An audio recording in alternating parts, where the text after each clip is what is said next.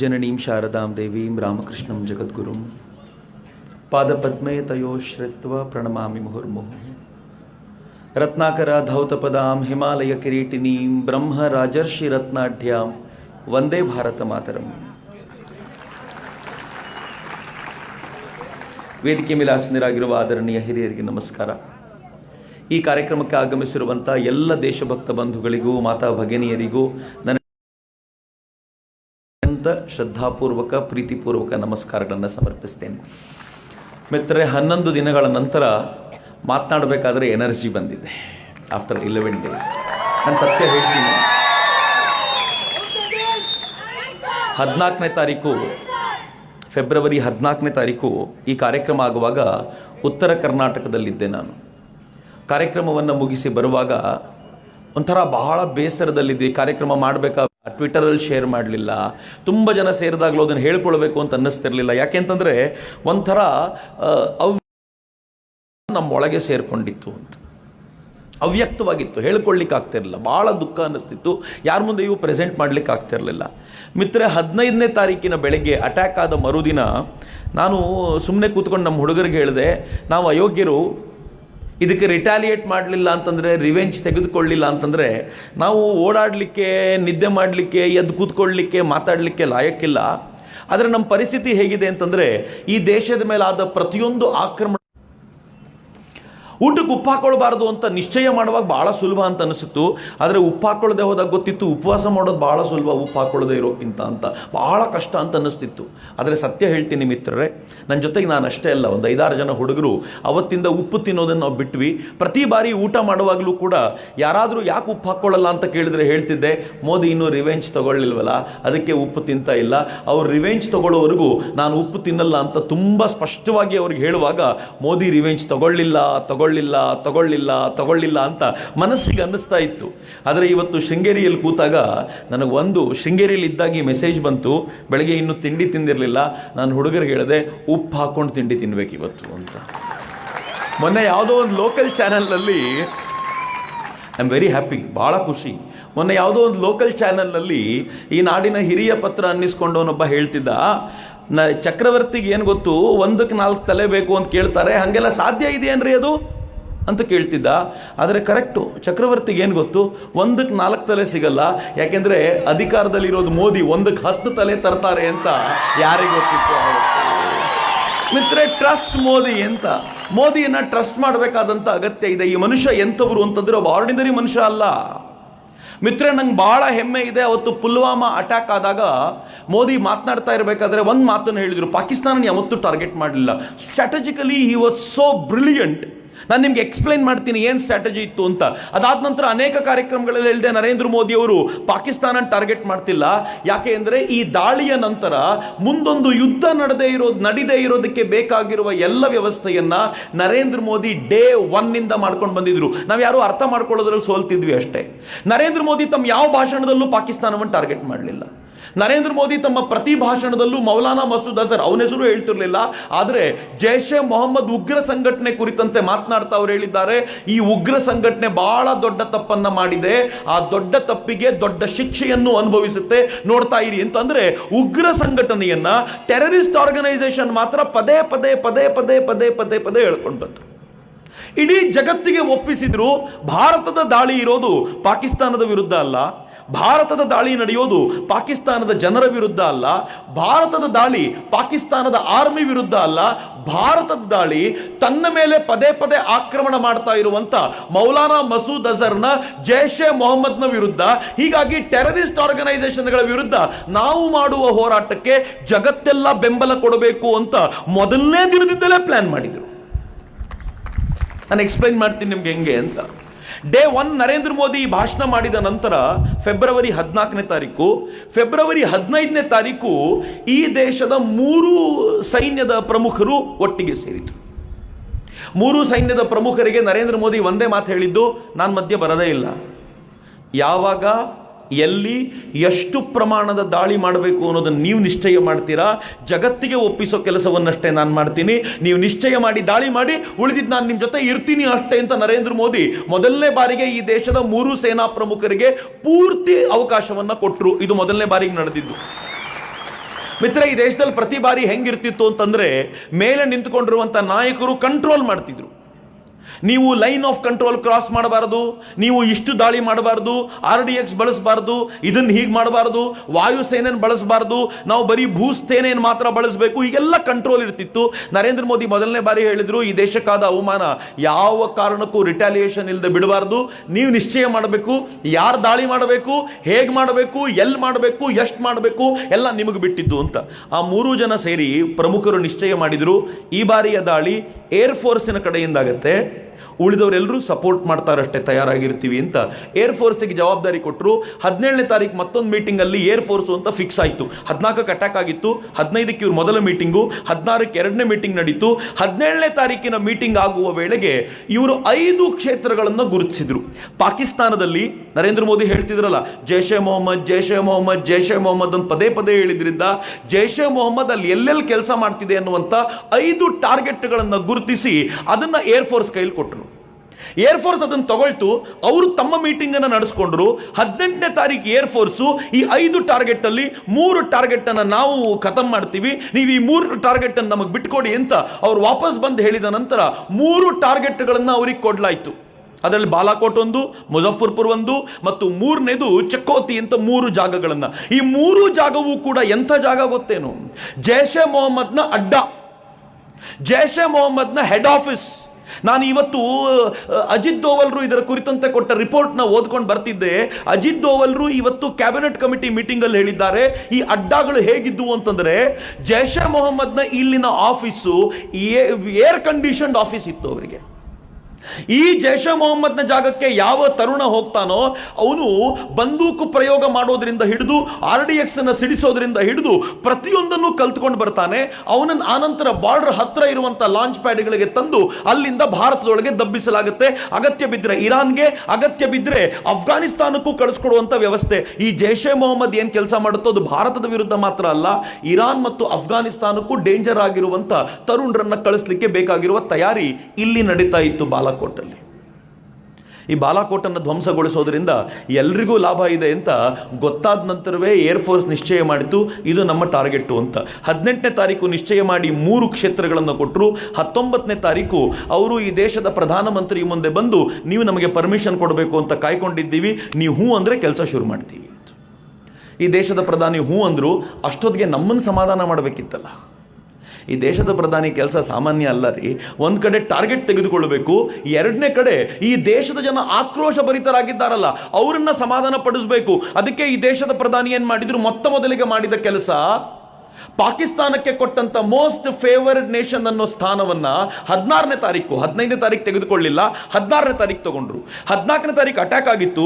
15ನೇ ತಾರೀಕು ಈ ದೇಶಕ್ಕಾದ ಲಾಭ ಏನು ಅಂತಂದ್ರೆ, ಅವರು ಅಮೆರಿಕಾದವ್ರ ಜೊತೆಗೆ ನೇರವಾಗಿ ಮಾತನಾಡಿಕೊಂಡು ಅಮೆರಿಕಾದ ಅಲ್ಲಿನ ನ್ಯಾಷನಲ್ ಸೆಕ್ಯೂರಿಟಿ ಅಡ್ವೈಸರ್, ಈ ದೇಶದ ನ್ಯಾಷನಲ್ ಸೆಕ್ಯೂರಿಟಿ ಅಡ್ವೈಸರ್ ಅಜಿತ್ ದೋವಲ್ರಿಗೆ ಪ್ರತ್ಯೇಕವಾಗಿ ಮಾತನಾಡಿ, ಫೋನ್ನಲ್ಲಿ ಮಾತನಾಡಿ, ಭಾರತ ಯಾವ ನಿರ್ಣಯವನ್ನು ತೆಗೆದುಕೊಂಡರೂ ಅದರ ಬೆಂಬಲಕ್ಕೆ ಅಮೆರಿಕ ಇರುತ್ತೆ ಎನ್ನುವಂತ ಹೇಳಿಕೆಯನ್ನ ಅವರ ಮೂಲಕ ಕೊಡಿಸಿದ್ರು.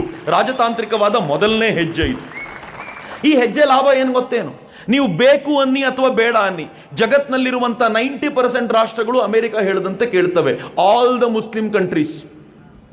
ಸೌದಿಯ ರಾಜ ಇದ್ದಾನಲ್ಲ, ಮುಸ್ಲಿಂ ಕಂಟ್ರಿಯ ಹೆಡ್ ಆತ, ಎಲ್ಲ ಭಯೋತ್ಪಾದನೆಯ ಮೂಲ ಆತನ ಬಳಿ ಇರುತ್ತೆ ಅಂತ ಎಲ್ಲರೂ ಹೇಳ್ತಾರೆ. ಆದರೆ ಅಮೆರಿಕ ಹೇಳಿದ ಮಾತನ್ನ 1 ಇಂಚು ಪಾಲಿಸದೆ ಇರ್ಲಿಕ್ಕೆ ಸಾಧ್ಯ ಇಲ್ಲ. ಯಾಕೆಂದ್ರೆ ಒಂದು ಬಟನ್ ನಲ್ಲಿ, ಅಮೆರಿಕಾದ ಒಂದು ಬಟನ್ ನಲ್ಲಿ ಸೌದಿ ಬ್ಲಾಸ್ಟ್ ಆಗೋ ಮಟ್ಟಿಗೆ ಅಮೆರಿಕ ಮತ್ತು ಎಲ್ಲ ಗಲ್ಫ್ ಕಂಟ್ರಿನ ಅಮೆರಿಕ ಕಂಟ್ರೋಲ್ ಮಾಡುತ್ತೆ, ಗಲ್ಫ್ ಕಂಟ್ರಿ ಮತ್ತು ಸೌದಿಯನ್ನ. ಹಿಂಗಾಗಿ ಪರಿಸ್ಥಿತಿ ಎಲ್ಲಿಗೆ ಅಂತಂದ್ರೆ, ಎಲ್ಲಿವರೆಗೂ ಪರಿಸ್ಥಿತಿ ಅಂತಂದ್ರೆ, ಸೌದಿಯ ಕಿಂಗು ಇವ್ರು ಹೇಳಿದ ಎಲ್ಲ ಮಾತನ್ನ ಒಪ್ಕೊಳ್ತಾರೆ ಅಂತ ಗೊತ್ತಿದ್ದರಿಂದ ಭಾರತ ಮೊದಲು ಅಮೆರಿಕದ ಹತ್ರ ಈ ಕೆಲಸ ಮಾಡಿಸ್ತು. ಪಾಯಿಂಟ್ 1. ಎರಡನೇದು, ಭಾರತ ಏನ್ ಮಾಡ್ತು ಗೊತ್ತಾ, ಆನಂತರದ ದಿನಗಳಲ್ಲಿ ಒಂದೊಂದೇ ರಾಷ್ಟ್ರ ತಮ್ಮ ಪರವಾಗಿ ಬರಲಿಕ್ಕೆ ಬೇಕಾಗಿರುವಂತ ಎಲ್ಲ ಕೆಲಸಗಳನ್ನು ಮಾಡ್ಕೊಳ್ತು. ನಿಮ್ಗೆ ಗೊತ್ತಿರಲಿ ಮಿತ್ರರೇ, ಆನಂತರದ 3 ದಿನಗಳಲ್ಲಿ ಈ ದೇಶದ ಪರವಾಗಿ ಎಲ್ಲ ರಾಷ್ಟ್ರಗಳು ಮಾತಾಡಿದ್ವು. ಈ ದೇಶದ ಪರವಾಗಿ ಫ್ರಾನ್ಸ್ ಮಾತಾಡ್ತು. ಫ್ರಾನ್ಸ್ ಹೇಳ್ತು, ಭಾರತದ ವಿರುದ್ಧ ಪಾಕಿಸ್ತಾನ ಮಾಡಿರುವ ಕೆಲಸಕ್ಕೆ ಯುನೈಟೆಡ್ ನೇಷನ್ಸ್ ಅಲ್ಲಿ ನಾವು ಪ್ರಸ್ತಾವ ತರ್ತೀವಿ, ಈ ಬಾರಿ ಇಂಡಿಯಾ ತರೋದು ಬೇಕಿಲ್ಲ ಅಂತ. ಮೌಲಾನಾ ಮಸೂದ್ ಅಜರ್ ವಿರುದ್ಧ ನಾವು ಪ್ರಸ್ತಾವ ತರ್ತೀವಿ, ಇಂಡಿಯಾ ತರೋದು ಬೇಕಿಲ್ಲ ಅಂತ. ಜೈಷ್ ಎ ಮೊಹಮ್ಮದ್ನ ವಿರುದ್ಧ ನಾವು ಮಾತಾಡ್ತೀವಿ, ಇಂಡಿಯಾ ಮಾತಾಡೋದು ಬೇಕಿಲ್ಲ ಅಂತ ಫ್ರಾನ್ಸ್ ಹೇಳ್ತು. ಫ್ರಾನ್ಸ್ ಹೇಳಿದ ತಕ್ಷಣ ಆಸ್ಟ್ರೇಲಿಯಾ ಹೇಳ್ತು, ಫ್ರಾನ್ಸ್ ತರೋ ಪ್ರಸ್ತಾವಕ್ಕೆ ನಾವು ಅನುಮೋದನೆ ಕೊಡ್ತೀವಿ, ಬೇರೆ ಯಾರು ಕೊಡಬೇಕಾಗಿಲ್ಲ ಅಂತ. ನ್ಯೂಜಿಲೆಂಡ್ ಎಲ್ಲಿವರೆಗೂ ಹೋಯ್ತು ಗೊತ್ತಾ? ಒಂದು ಹೆಜ್ಜೆ ಮುಂದೆ ಹೋಗಿ ತನ್ನ ಸಂಸತ್ನಲ್ಲಿ ನ್ಯೂಜಿಲೆಂಡ್ ಹೇಳ್ತು, ನಾವು ಭಾರತದ ಪರವಾಗಿರ್ತೀವಿ, ಪಾಕಿಸ್ತಾನ ಮಾಡಿರುವಂಥ ಈ ಕೆಲಸವನ್ನು ಖಂಡಿಸ್ತೀವಿ ಮತ್ತು ಟೆರರಿಸಂನ ವಿರುದ್ಧ ಇಡೀ ಜಗತ್ತು ಒಟ್ಟಾಗಿ ನಿಲ್ಲಬೇಕು ಅನ್ನೋ ಮಾತನ್ನು ಪುನರುಚ್ಚರಿಸ್ತೀವಿ ಅಂತ ತನ್ನ ಸಂಸತ್ನಲ್ಲಿ ನಿರ್ಣಯ ಕೈಗೊಳ್ತು. ಮಿತ್ರ, ಇವೆಲ್ಲವೂ ಕೂಡ ಮುಂದಿನ 2-3 ದಿನಗಳಲ್ಲಿ ನಡೆಯುವಾಗ ನಮ್ಮ ಪತ್ರಿಕೆಗಳಿಗೆ, ನಮ್ಮ ಟಿವಿಗಳಿಗೆ ಭರ್ಜರಿ ಆಹಾರ. ಪ್ರತಿದಿನ ಇದನ್ನು ಹೇಳ್ಕೊಂಡು ಖುಷಿ ಪಡ್ತಿದ್ವಿ.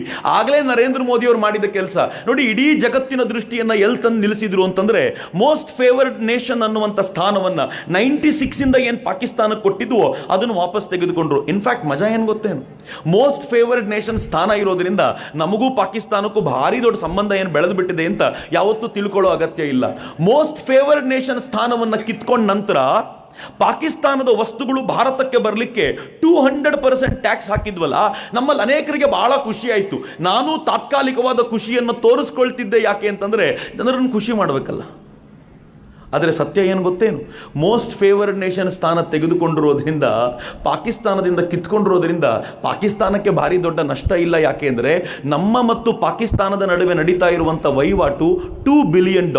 ಈ $2 ಬಿಲಿಯನ್ ಪಾಕಿಸ್ತಾನದ ಪಾಲು ಎಷ್ಟು ಗೊತ್ತು? Just $500 million. ಅಂದರೆ ಒಟ್ಟು ವಹಿವಾಟಿನ ಕಾಲು ಭಾಗ ಮಾತ್ರ ಪಾಕಿಸ್ತಾನದ ಪಾಲು, ಮುಕ್ಕಾಲು ಭಾಗ ನಮ್ಮದೇ ಪಾಲು. ಪಾಕಿಸ್ತಾನಕ್ಕೆ ನಾವು ಎಕ್ಸ್ಪೋರ್ಟ್ ಮಾಡೋದೇ ಜಾಸ್ತಿ. ಪಾಕಿಸ್ತಾನಕ್ಕೆ ಅಯೋಗ್ಯ ರಾಷ್ಟ್ರಕ್ಕೆ ನಮ್ಗೆ ಕೊಡ್ಲಿಕ್ಕೆ ಇರೋದಾದರೂ ಏನು ಅದರ ಹತ್ರ? ಜಗತ್ನಲ್ಲಿ ಪಾಕಿಸ್ತಾನಕ್ಕೆ ಎಕ್ಸ್ಪೋರ್ಟ್ ಮಾಡ್ಲಿಕ್ಕೆ ಇರೋದು 2 ವಸ್ತುಗಳು. ಒಂದು ಚೀನಾಕ್ಕೆ ಕತ್ತೆಗಳನ್ನು ಕಳಿಸ್ಕೊಡುತ್ತೆ, ಬಿಟ್ಟರೆ ಭಾರತಕ್ಕೆ ಟೆರರಿಸ್ಟ್ಗಳನ್ನು ಕಳಿಸ್ಕೊಡುತ್ತೆ. ಇದನ್ನು ಬಿಟ್ಟರೆ ಇನ್ನೇನು ಎಕ್ಸ್ಪೋರ್ಟ್ ಮಾಡುತ್ತೆ? ನಾನು ಅದಕ್ಕೆ ತಮಾಷೆ ಮಾಡ್ತಿದ್ದೆ, ಓಪನ್ ಆಗಿ ಹೇಳ್ಕೊಳ್ಳಿಕ್ಕೆ ಆಗ್ತಿರ್ಲಿಲ್ಲ ಅಷ್ಟೇ. ಭಾರತ ಮೋಸ್ಟ್ ಫೇವರ್ಡ್ ನೇಷನ್ ಸ್ಥಾನ ಕಿತ್ಕೊಂಡು ಪಾಕಿಸ್ತಾನದ ಒಣ ಖರ್ಜೂರಕ್ಕೆ 200% ಟ್ಯಾಕ್ಸ್ ಹಾಕ್ತಲ್ಲ. 200% ಟ್ಯಾಕ್ಸ್ ಅಂದ್ರೆ ಏನು ಗೊತ್ತಾ? 15 ಲಕ್ಷ ತುಂಬಿದಂತ ಒಂದು ಗಾಡಿ ಬಂದು ಭಾರತದ ಬಾರ್ಡರ್ ಅಲ್ಲಿ ನಿಂತು ಅದು ಭಾರತದೊಳಕ್ಕೆ ಬರಬೇಕು ಅಂದ್ರೆ 30 ಲಕ್ಷ ತೆರಿಗೆ ಕಟ್ಟಬೇಕಿತ್ತು ಅದಕ್ಕೆ. ಇದು ಪರಿಸ್ಥಿತಿ. ಆದರೆ ನಾನು ಅನ್ಕೊಳ್ತಿದ್ದೆ, ಪಾಕಿಸ್ತಾನದ ನಿಜವಾದ ಎಕ್ಸ್ಪೋರ್ಟ್ ಅದಲ್ಲ. ಪಾಕಿಸ್ತಾನ ನಿಜವಾಗಲೂ ಭಾರತಕ್ಕೆ ಎಕ್ಸ್ಪೋರ್ಟ್ ಮಾಡ್ತಾ ಇರೋದು ಟೆರರಿಸ್ಟ್ಗಳನ್ನು. ನಾವು ಹೆಂಗೆ ಮಾಡಬೇಕು ಅಂತಂದರೆ, ಒಬ್ಬ ಟೆರರಿಸ್ಟನ್ನು ಭಾರತಕ್ಕೆ ಒಳಗೆ ಪಾಕಿಸ್ತಾನ ಕಳಿಸಿದರೆ ಪಾಕಿಸ್ತಾನದ 10 ಜನ ಸೈನಿಕರ ತಲೆ ಉರುಳುತ್ತೆ ಅನ್ನುವ ತೆರಿಗೆನ ಭಾರತ ಹಾಕಬೇಕಲ್ಲ, ಆ ತೆರಿಗೆ ಹಾಕಬೇಕು ಅಂತ ಈಗ ಮೋಸ್ಟ್ ಫೇವರ್ಡ್ ನೇಷನ್ ಸ್ಥಾನ ಕಿತ್ಕೊಂಡ ಮೇಲೆ ಇವತ್ತು ಆ ಕೆಲಸ ಭಾರತ ಮಾಡಿದೆ. ಮಿತ್ರ, ಇಲ್ಲಿಗೆ ಭಾರತ ನಿಲ್ಲಿಲ್ಲ. ನಮ್ಮ ದೇಶದ ಜನರನ್ನ, ಜಗತ್ತಿನ ಜನರನ್ನ ಸ್ವಲ್ಪ ಸಮಾಧಾನ ಪಡಿಸಬೇಕು ಅಂತ ಭಾರತ ಏನು ಮಾಡ್ತು, ಪಾಕಿಸ್ತಾನಕ್ಕೆ ಕೊಡುವ ನೀರನ್ನು ತಡಿತೀವಿ ಅಂತ ಹೇಳ್ತು. ನಂಗೆ ಗೊತ್ತಿಲ್ಲ ಎಷ್ಟು ಜನ ಗಮನಿಸಿದ್ರೋ ಇಲ್ವೋ, ಪಾಕಿಸ್ತಾನಕ್ಕೆ ನೀರನ್ನು ತಡೆಯುವಂಥ ಪ್ರಸ್ತಾವವನ್ನು ಭಾರತ ಈ ಗಲಾಟೆ ಆದ ನಂತರ ಮಾಡಿದ್ದಲ್ವೇ ಅಲ್ಲ. ಇದಕ್ಕಿಂತ 3-4 ದಿನಗಳ ಮುಂಚೆ ಒಂದು ಕ್ಯಾಬಿನೆಟ್ ಮೀಟಿಂಗ್ ಆಯಿತು. ಆ ಕ್ಯಾಬಿನೆಟ್ ಮೀಟಿಂಗ್ ಅಲ್ಲಿ ಭಾರತ ಹೇಳ್ತು, ಪಾಕಿಸ್ತಾನಕ್ಕೆ ಎಕ್ಸ್ಟ್ರಾ 531 ಕ್ಯೂಬಿಕ್ ಮೀಟರ್ನಷ್ಟು ನೀರೇನು ಹೋಗ್ತಾ ಇದೆ, ಆ ನೀರನ್ನು ನಾವು ತಡಿಬೇಕು ಮತ್ತು ಅದನ್ನು ಒಳಗೆ ತರಿಸ್ಕೊಳ್ಬೇಕು ಅಂತ. ಇದು ಬಹಳ ಹಿಂದಿನಿಂದ ಇದ್ದ ಪ್ರಸ್ತಾವ. ಆದರೆ ಒಳಗೆ ತರಿಸ್ಕೊಳ್ಳೋ ಕೊರತೆ ಏನಿತ್ತು ಗೊತ್ತಾ? ಈ 60 ವರ್ಷಗಳಲ್ಲಿ ಭಾರತ ಅದನ್ನು ಕಂಟ್ರೋಲ್ ಮಾಡುವಂಥ, ಒಳಗೆ ತರಿಸ್ಕೊಳ್ಳುವಂಥ ಯಾವ ಸಿಸ್ಟಮ್ ಅನ್ನು ಡೆವಲಪ್ ಮಾಡಿರಲಿಲ್ಲ. ನರೇಂದ್ರ ಮೋದಿ ಬಂದ ಮೇಲೆ ಅದಕ್ಕೆ ಸಿಸ್ಟಮ್ ಡೆವಲಪ್ ಮಾಡಲಾಯಿತು. ಅದನ್ನ ಈ ದಾಳಿ ಮುಗಿದ ನಂತರ ಪುನರುಚ್ಚರಿಸಿ ಜನರಿಗೆ ಹೇಳಿದ್ರು, ಇನ್ನು ಮುಂದೆ ಪಾಕಿಸ್ತಾನದ ನೀರನ್ನು ತಡಿತೀವಿ ಅಂತ. ಆದರೆ ವಾಸ್ತವವಾಗಿ ಭಾರತಕ್ಕೆ ಬೇಕಾಗಿದ್ದು ಇವೆಲ್ಲ ಅಲ್ಲ. ನೇರವಾಗಿ ಅಟ್ಯಾಕ್ ಮಾಡಿ ಪಾಕಿಸ್ತಾನದ 300 ಜನರನ್ನು ಉಡಾಯಿಸಿ ನನ್ನ ದೇಶದ 1 ತಲೆಗೆ 10 ತಲೆ ತಂದು ತೋರಿಸ್ತೀವಿ ಅಂತ ಈ ದೇಶದ ಸೈನ್ಯ ಎಲ್ಲ ತಯಾರಿನೂ ಮಾಡ್ಕೊಳ್ತಾ ಇತ್ತಲ್ಲ, ಅದನ್ನು ಜನರ ಮುಂದೆ ಹೇಳಲಿಕ್ಕಾಗದೆ ಈ ದೇಶ ಸೈಲೆಂಟ್ ಆಗಿತ್ತು. ಮಿತ್ರ, ಇದಾದ ನಂತರ ಈ ದೇಶಕ್ಕೆ ಸೌದಿ ಅರೇಬಿಯಾದ ಕ್ರೌನ್ ಪ್ರಿನ್ಸ್ ಬಂದ. ನೆನಪು ಮಾಡ್ಕೊಳ್ಳಿ ಎಲ್ಲ ಘಟನೆಗಳನ್ನು. ಹೆಂಗಿತ್ತು ಅಂದರೆ, ಕ್ರೌನ್ ಪ್ರಿನ್ಸ್ ನಮ್ಮ ದೇಶಕ್ಕೆ ಬರೋಕ್ಕಿಂತ ಮುಂಚೆ ಪಾಕಿಸ್ತಾನಕ್ಕೆ ಹೋದ. ಪಾಕಿಸ್ತಾನಕ್ಕೆ ಕ್ರೌನ್ ಪ್ರಿನ್ಸ್ ಹೋದಾಗ ಈ ದೇಶದ ಜನ ಎಲ್ಲ ಗಲಾಟೆ ಮಾಡಿದ್ರು, ನೋಡಿದ್ರು ಪಾಕಿಸ್ತಾನಕ್ಕೆ ಹೋದ ಅಂತ. ಆದರೆ ಈ ದೇಶದ ರಾಜತಾಂತ್ರಿಕ ವ್ಯವಸ್ಥೆ ಹೆಂಗಿತ್ತು ಗೊತ್ತಾ?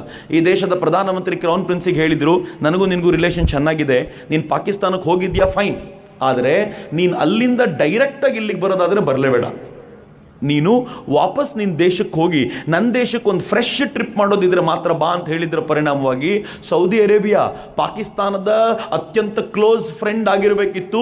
ಆದರೆ ಪಾಕಿಸ್ತಾನಕ್ಕೆ ಕೊಟ್ಟಿದ್ದ 2 ದಿನದಲ್ಲಿ 1 ದಿನವನ್ನು ಮೊಟಕುಗೊಳಿಸಿ ತನ್ನ ದೇಶಕ್ಕೆ ವಾಪಸ್ ಹೋಗಿ ಅಲ್ಲಿಂದ ಫ್ರೆಶ್ ಟ್ರಿಪ್ ಮಾಡಿ ಭಾರತಕ್ಕೆ ಬಂದ. ಈಗ ಹೇಳಿ, ನಮ್ಮ ಮಾತನ್ನು ಕೇಳಿ ಇಷ್ಟು ಗೌರವಿಸಿದ ವ್ಯಕ್ತಿಯನ್ನ ಈ ದೇಶದ ಪ್ರಧಾನಿ ಏರ್ಪೋರ್ಟಿಗೆ ಹೋಗಿ ಸ್ವಾಗತಿಸಬೇಕಿತ್ತು ಬೇಡವೋ? ಈ ದೇಶದ ಪ್ರಧಾನಿ ಹೋಗಿ ಅವರನ್ನು ತಬ್ಬಿಕೊಂಡ ತಕ್ಷಣ ಕಾಂಗ್ರೆಸ್ ಅವರಿಗೆ ಹಬ್ಬ, ಒಂದೆಲ್ಲಾದರೂ ಹಿಡಿದುವಲ್ಲ ನರೇಂದ್ರ ಮೋದಿನ ಅಂತ. ನರೇಂದ್ರ ಮೋದಿ ತಬ್ಬಿಕೊಂಡ್ರು ಅಂತ ಟೆನ್ಷನ್ ಇವರಿಗೆ. ಆದರೆ ನರೇಂದ್ರ ಮೋದಿ ಅಲ್ಲಿ ತಬ್ಬಿಕೊಂಡು ಒಳಗೆ ಬಂದು ಕೂತ ತಕ್ಷಣ ಕ್ರೌನ್ ಪ್ರಿನ್ಸ್, ಸೌದಿ ಅರೇಬಿಯಾದ ಕ್ರೌನ್ ಪ್ರಿನ್ಸ್ ಹೇಳ್ದ, ನನ್ನ ದೇಶದಲ್ಲಿ ಜೈಲುಗಳಲ್ಲಿ ಕೊಳಿತಾ ಇರುವ ಭಾರತದ 850 ಕೈದಿಗಳನ್ನ ಇವತ್ತೇ ಬಿಡುಗಡೆ ಮಾಡಲಿಕ್ಕೆ ಆದೇಶ ಮಾಡ್ತೀನಿ ಅಂತ. ನರೇಂದ್ರ ಮೋದಿ ತಬ್ಬಿಕೊಂಡ್ರೆ 850 ಪರಿವಾರಗಳಿಗೆ ಬೆಳಕು ಬರುತ್ತೆ. ರಾಹುಲ್ ಗಾಂಧಿ ತಬ್ಬಿಕೊಂಡ್ರೆ ಪಕ್ಕದಲ್ಲಿ ಕೂತು ಕಣ್ಣು ಹೊಡಿತಿರ್ತಾನೆ ಅಷ್ಟೇ, ಇನ್ನೇನೂ ಇಲ್ಲ ಅಂತ. ನರೇಂದ್ರ ಮೋದಿಯ ಅಪ್ಪುಗೆಯ ಮ್ಯಾಜಿಕ್ ಅದು ಮಿತ್ರರೇ. ನರೇಂದ್ರ ಮೋದಿ ಸೌದಿ ಅರೇಬಿಯಾದ ಕ್ರೌನ್ ಪ್ರಿನ್ಸಿನ ಮೂಲಕ ಇದೊಂದು ದೊಡ್ಡ ಅದ್ಭುತವಾದ ಕೆಲಸವನ್ನ ಮಾಡಿಸಿದ್ರು. ನಾವೆಲ್ಲರೂ ಅದರಲ್ಲಿ ಮೈ ಮರಿತಾ ಇರೋ ವೇಳೆಗೆ ಏರ್ ಫೋರ್ಸ್ ತನ್ನದೇ ಆದ ದಾಳಿಯ ಸಂಘಟನೆಗೆ ವ್ಯವಸ್ಥಿತವಾದ ಪ್ಲಾನ್ ಮಾಡ್ಕೊಳ್ತಾ ಇತ್ತು. 19ಕ್ಕೆ ಒಳಗೋದಂಥ ತನ್ನ ಪ್ಲ್ಯಾನನ್ನು ತಯಾರಿ ಮಾಡಿಕೊಂಡಂಥ ಏರ್ಫೋರ್ಸು 26ರವರೆಗೂ ಒಂದು ಚೂರು ಮಾತಾಡಲಿಲ್ಲ. ನರೇಂದ್ರ ಮೋದಿ ಕೊನೆಯ 2-3 ದಿನಗಳ ಕಾಲ ಅವ್ರಿಗೆ ಗೊತ್ತಿತ್ತು 26ಕ್ಕೆ ಸ್ಟ್ರೈಕ್ ಪ್ಲ್ಯಾನ್ ಆಗಿದೆ ಅಂತ. 26ಕ್ಕೆ 2-3 ದಿನಗಳ ಮುಂಚೆ ನರೇಂದ್ರ ಮೋದಿ ಹೆಂಗಿದ್ರು ಗೊತ್ತಾ, ಸಿಕ್ಕವ್ರ ಜೊತೆ ನಗನಗ್ತಾ ಮಾತಾಡ್ತಿದ್ರು, ಯಾರನ್ನ ಎಲ್ಲಿ ಪ್ರೀತಿಯಿಂದ ಮಾತಾಡಿಸ್ತಿದ್ರು. ಅವ್ರ ಭಾಷಣಗಳು ಮತ್ತೆ ಜೋರಾಯ್ತು. ಎಲ್ಲೂ ಕೂಡ ಪಾಕಿಸ್ತಾನದ ವಿರುದ್ಧ, ಉಗ್ರರ ವಿರುದ್ಧ ಮಾತಾಡ್ತಿಲ್ಲ. ಎಲ್ಲರೂ ಏನು ಅನ್ಕೊಂಡ್ವಿ ಅಂತಂದರೆ ನರೇಂದ್ರ ಮೋದಿ ನಾರ್ಮಲ್ ಆಗಿಬಿಟ್ರು ಅಂತ. ನೆನ್ಪಿಟ್ಕೊಳ್ಳಿ, ನರೇಂದ್ರ ಮೋದಿ ಯಾವಾಗ ನಾರ್ಮಲ್ ಆಗ್ತಾರೋ ಆಗಲೇ ಡೇಂಜರ್ ಇರೋದು ಅಂತ. ಅವ್ರು ಯಾವಾಗ ಕೋಪಿಸ್ಕೊಂಡಂತೆ ಕಾಣ್ತಾರೋ ಆಗ ಯಾವತ್ತೂ ಡೇಂಜರ್ ಅಲ್ಲ. ಇದು ಎಕ್ಸ್ಪೀರಿಯನ್ಸ್ನ ಆಧಾರದ ಮೇಲೆ ನಾನು ಹೇಳ್ತೀನಿ. ನರೇಂದ್ರ ಮೋದಿ ಅವರು ಸರ್ಜಿಕಲ್ ಸ್ಟ್ರೈಕಿಗಿಂತ ಮುಂಚೆ ಎಷ್ಟು ನಾರ್ಮಲ್ ಆಗಿದ್ರು ಅಂದರೆ, ಪಾಕಿಸ್ತಾನಕ್ಕೆ ನೆಹರು ಕೊಟ್ಟಂತೆ ಸಂದೇಶ ಕೊಡ್ತಿದ್ರು. ನೀವು ಅಭಿವೃದ್ಧಿಯಾಗಿ, ನೀವು ವಿಕಾಸ ಆಗಿ, ನಾವು ಸಪೋರ್ಟ್ ಮಾಡ್ತೀವಿ ಅಂತ ನೆಹರು ತರದ ಸಂದೇಶ ಕೊಡ್ತಿದ್ರು. ನನಗೂ ಒಂದು ಕ್ಷಣ ಅನ್ಸಿತ್ತು, ಈ ಮಂಚ ಏನಪ್ಪ ನೆಹರು ತರ ಮಾತಾಡ್ತಿದ್ದಾರಲ್ಲ ಅಂತ.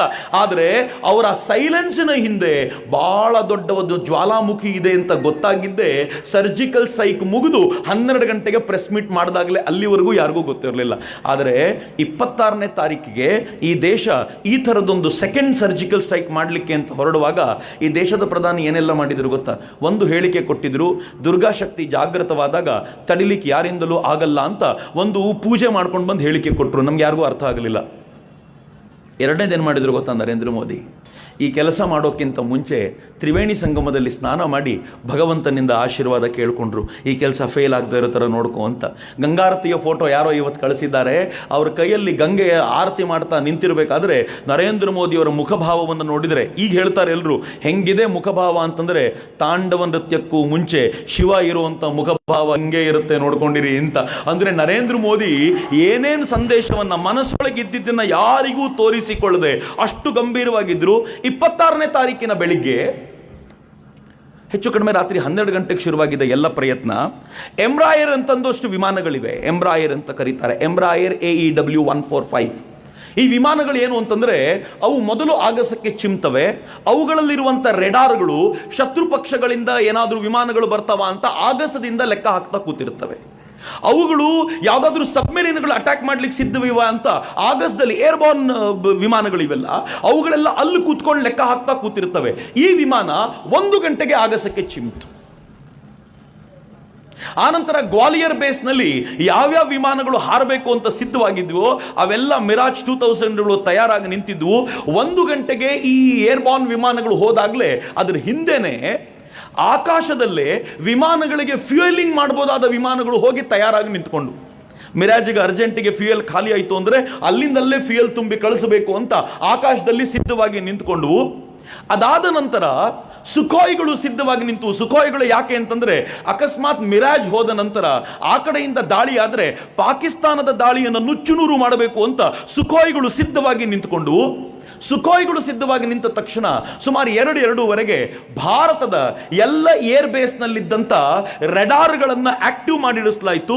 ರೆಡಾರ್ಗಳು ಆಕ್ಟಿವ್ ಆಗಿದ್ದಂತೆ, ರೆಡಾರ್ ಯಾವಾಗಲೂ ಆಕ್ಟಿವ್ ಆಗಿರುತ್ತೆ, ಈಗ ಸ್ವಲ್ಪ ಚೌಕನ್ನ ಜಾಸ್ತಿ ಆಯಿತು. ಜೊತೆಗೆ ಆ ರೆಡಾರ್ಗಳಿಗೆ ಹೊಂದಿಕೊಂಡಂತ ಮಿಸೈಲ್ಗಳನ್ನು ಸಿದ್ಧ ಮಾಡಿಡಲಾಯಿತು. ಯಾಕೆ ಗೊತ್ತಾ?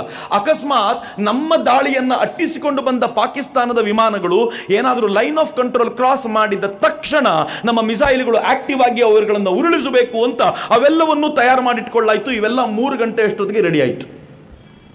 ಬೆಳಗಿನ ಜಾವ 3:30 ನಾವೆಲ್ಲ ಕಣ್ಮುಚ್ಚಿ ಹಾಯಾಗಿ ನಿದ್ರೆಯಲ್ಲಿರುವಾಗ, ನಾವಷ್ಟೇ ಅಲ್ಲ ಪಾಕಿಸ್ತಾನದ ಏರ್ ಫೋರ್ಸು ನಿದ್ದೆಯಲ್ಲಿರುವಾಗ, ಮುಂಚಿನ ದಿನ ರಾತ್ರಿ ಪಾಕಿಸ್ತಾನದ ಏರ್ ಫೋರ್ಸು ಏನು ಹಾಕಿತ್ತು ಗೊತ್ತಾ? ಪಾಕಿಸ್ತಾನದ ಡಿಫೆನ್ಸ್ ಫೋರ್ಸು ನಾವು ಎದ್ದಿದ್ದೀವಿ, ಜಾಗೃತವಾಗಿದ್ದೀವಿ, ನೀವು ಟೈಟಾಗಿ ಮಲ್ಕೊಳ್ಳಿ. ಇದೇ ಪದ ಯೂಸ್ ಮಾಡಿತ್ತು, ಸ್ಲೀಪ್ ಟೈಟ್ ಅಂತ ಬರೆದಿದ್ರು. ನೀವು ಆರಾಮಾಗಿ ಟೈಟಾಗಿ ಮಲ್ಕೊಳ್ಳಿ, ನಾವು ಜಾಗೃತರಾಗಿದ್ದೀವಿ ಅಂತ. ಪಾಪ ಅವರೂ ಮಲ್ಕೊಂಡಿದ್ರು, ಇವರೂ ಮಲ್ಕೊಂಡಿದ್ರು. ಆ ಹೊತ್ತಿನಲ್ಲಿ ಸುಮಾರು 3:15 ಗ್ವಾಲಿಯರ್ ಬೇಸ್ನಿಂದ ಚಿಮ್ಮಿದ ಭಾರತದ ಮಿರಾಜ್ 12 ವಿಮಾನಗಳು ಅವು ಪಾಕಿಸ್ತಾನದ ಒಳಗೆ ಹೋದವು. ಒಟ್ಟಾರೆ ಕಾರ್ಯಾಚರಣೆ, ಬಿಲೀವ್ ಮಿ ಡಿಯರ್ ಫ್ರೆಂಡ್ಸ್, 17 ನಿಮಿಷಗಳ ಕಾರ್ಯಾಚರಣೆ. ಈ 17 ನಿಮಿಷಗಳಲ್ಲಿ ಅಲ್ಲಿಗೆ ಹೋದವು. ಫಾರ್ಮೇಷನ್ಸ್ ಹೇಗಿತ್ತು ಅಂತಂದರೆ, ಕೈಯಲ್ಲಿ ಇಸ್ರೇಲ್ ಬೇಸ್ಡ್ ಪಾಡ್ಸ್ ಇದ್ವು.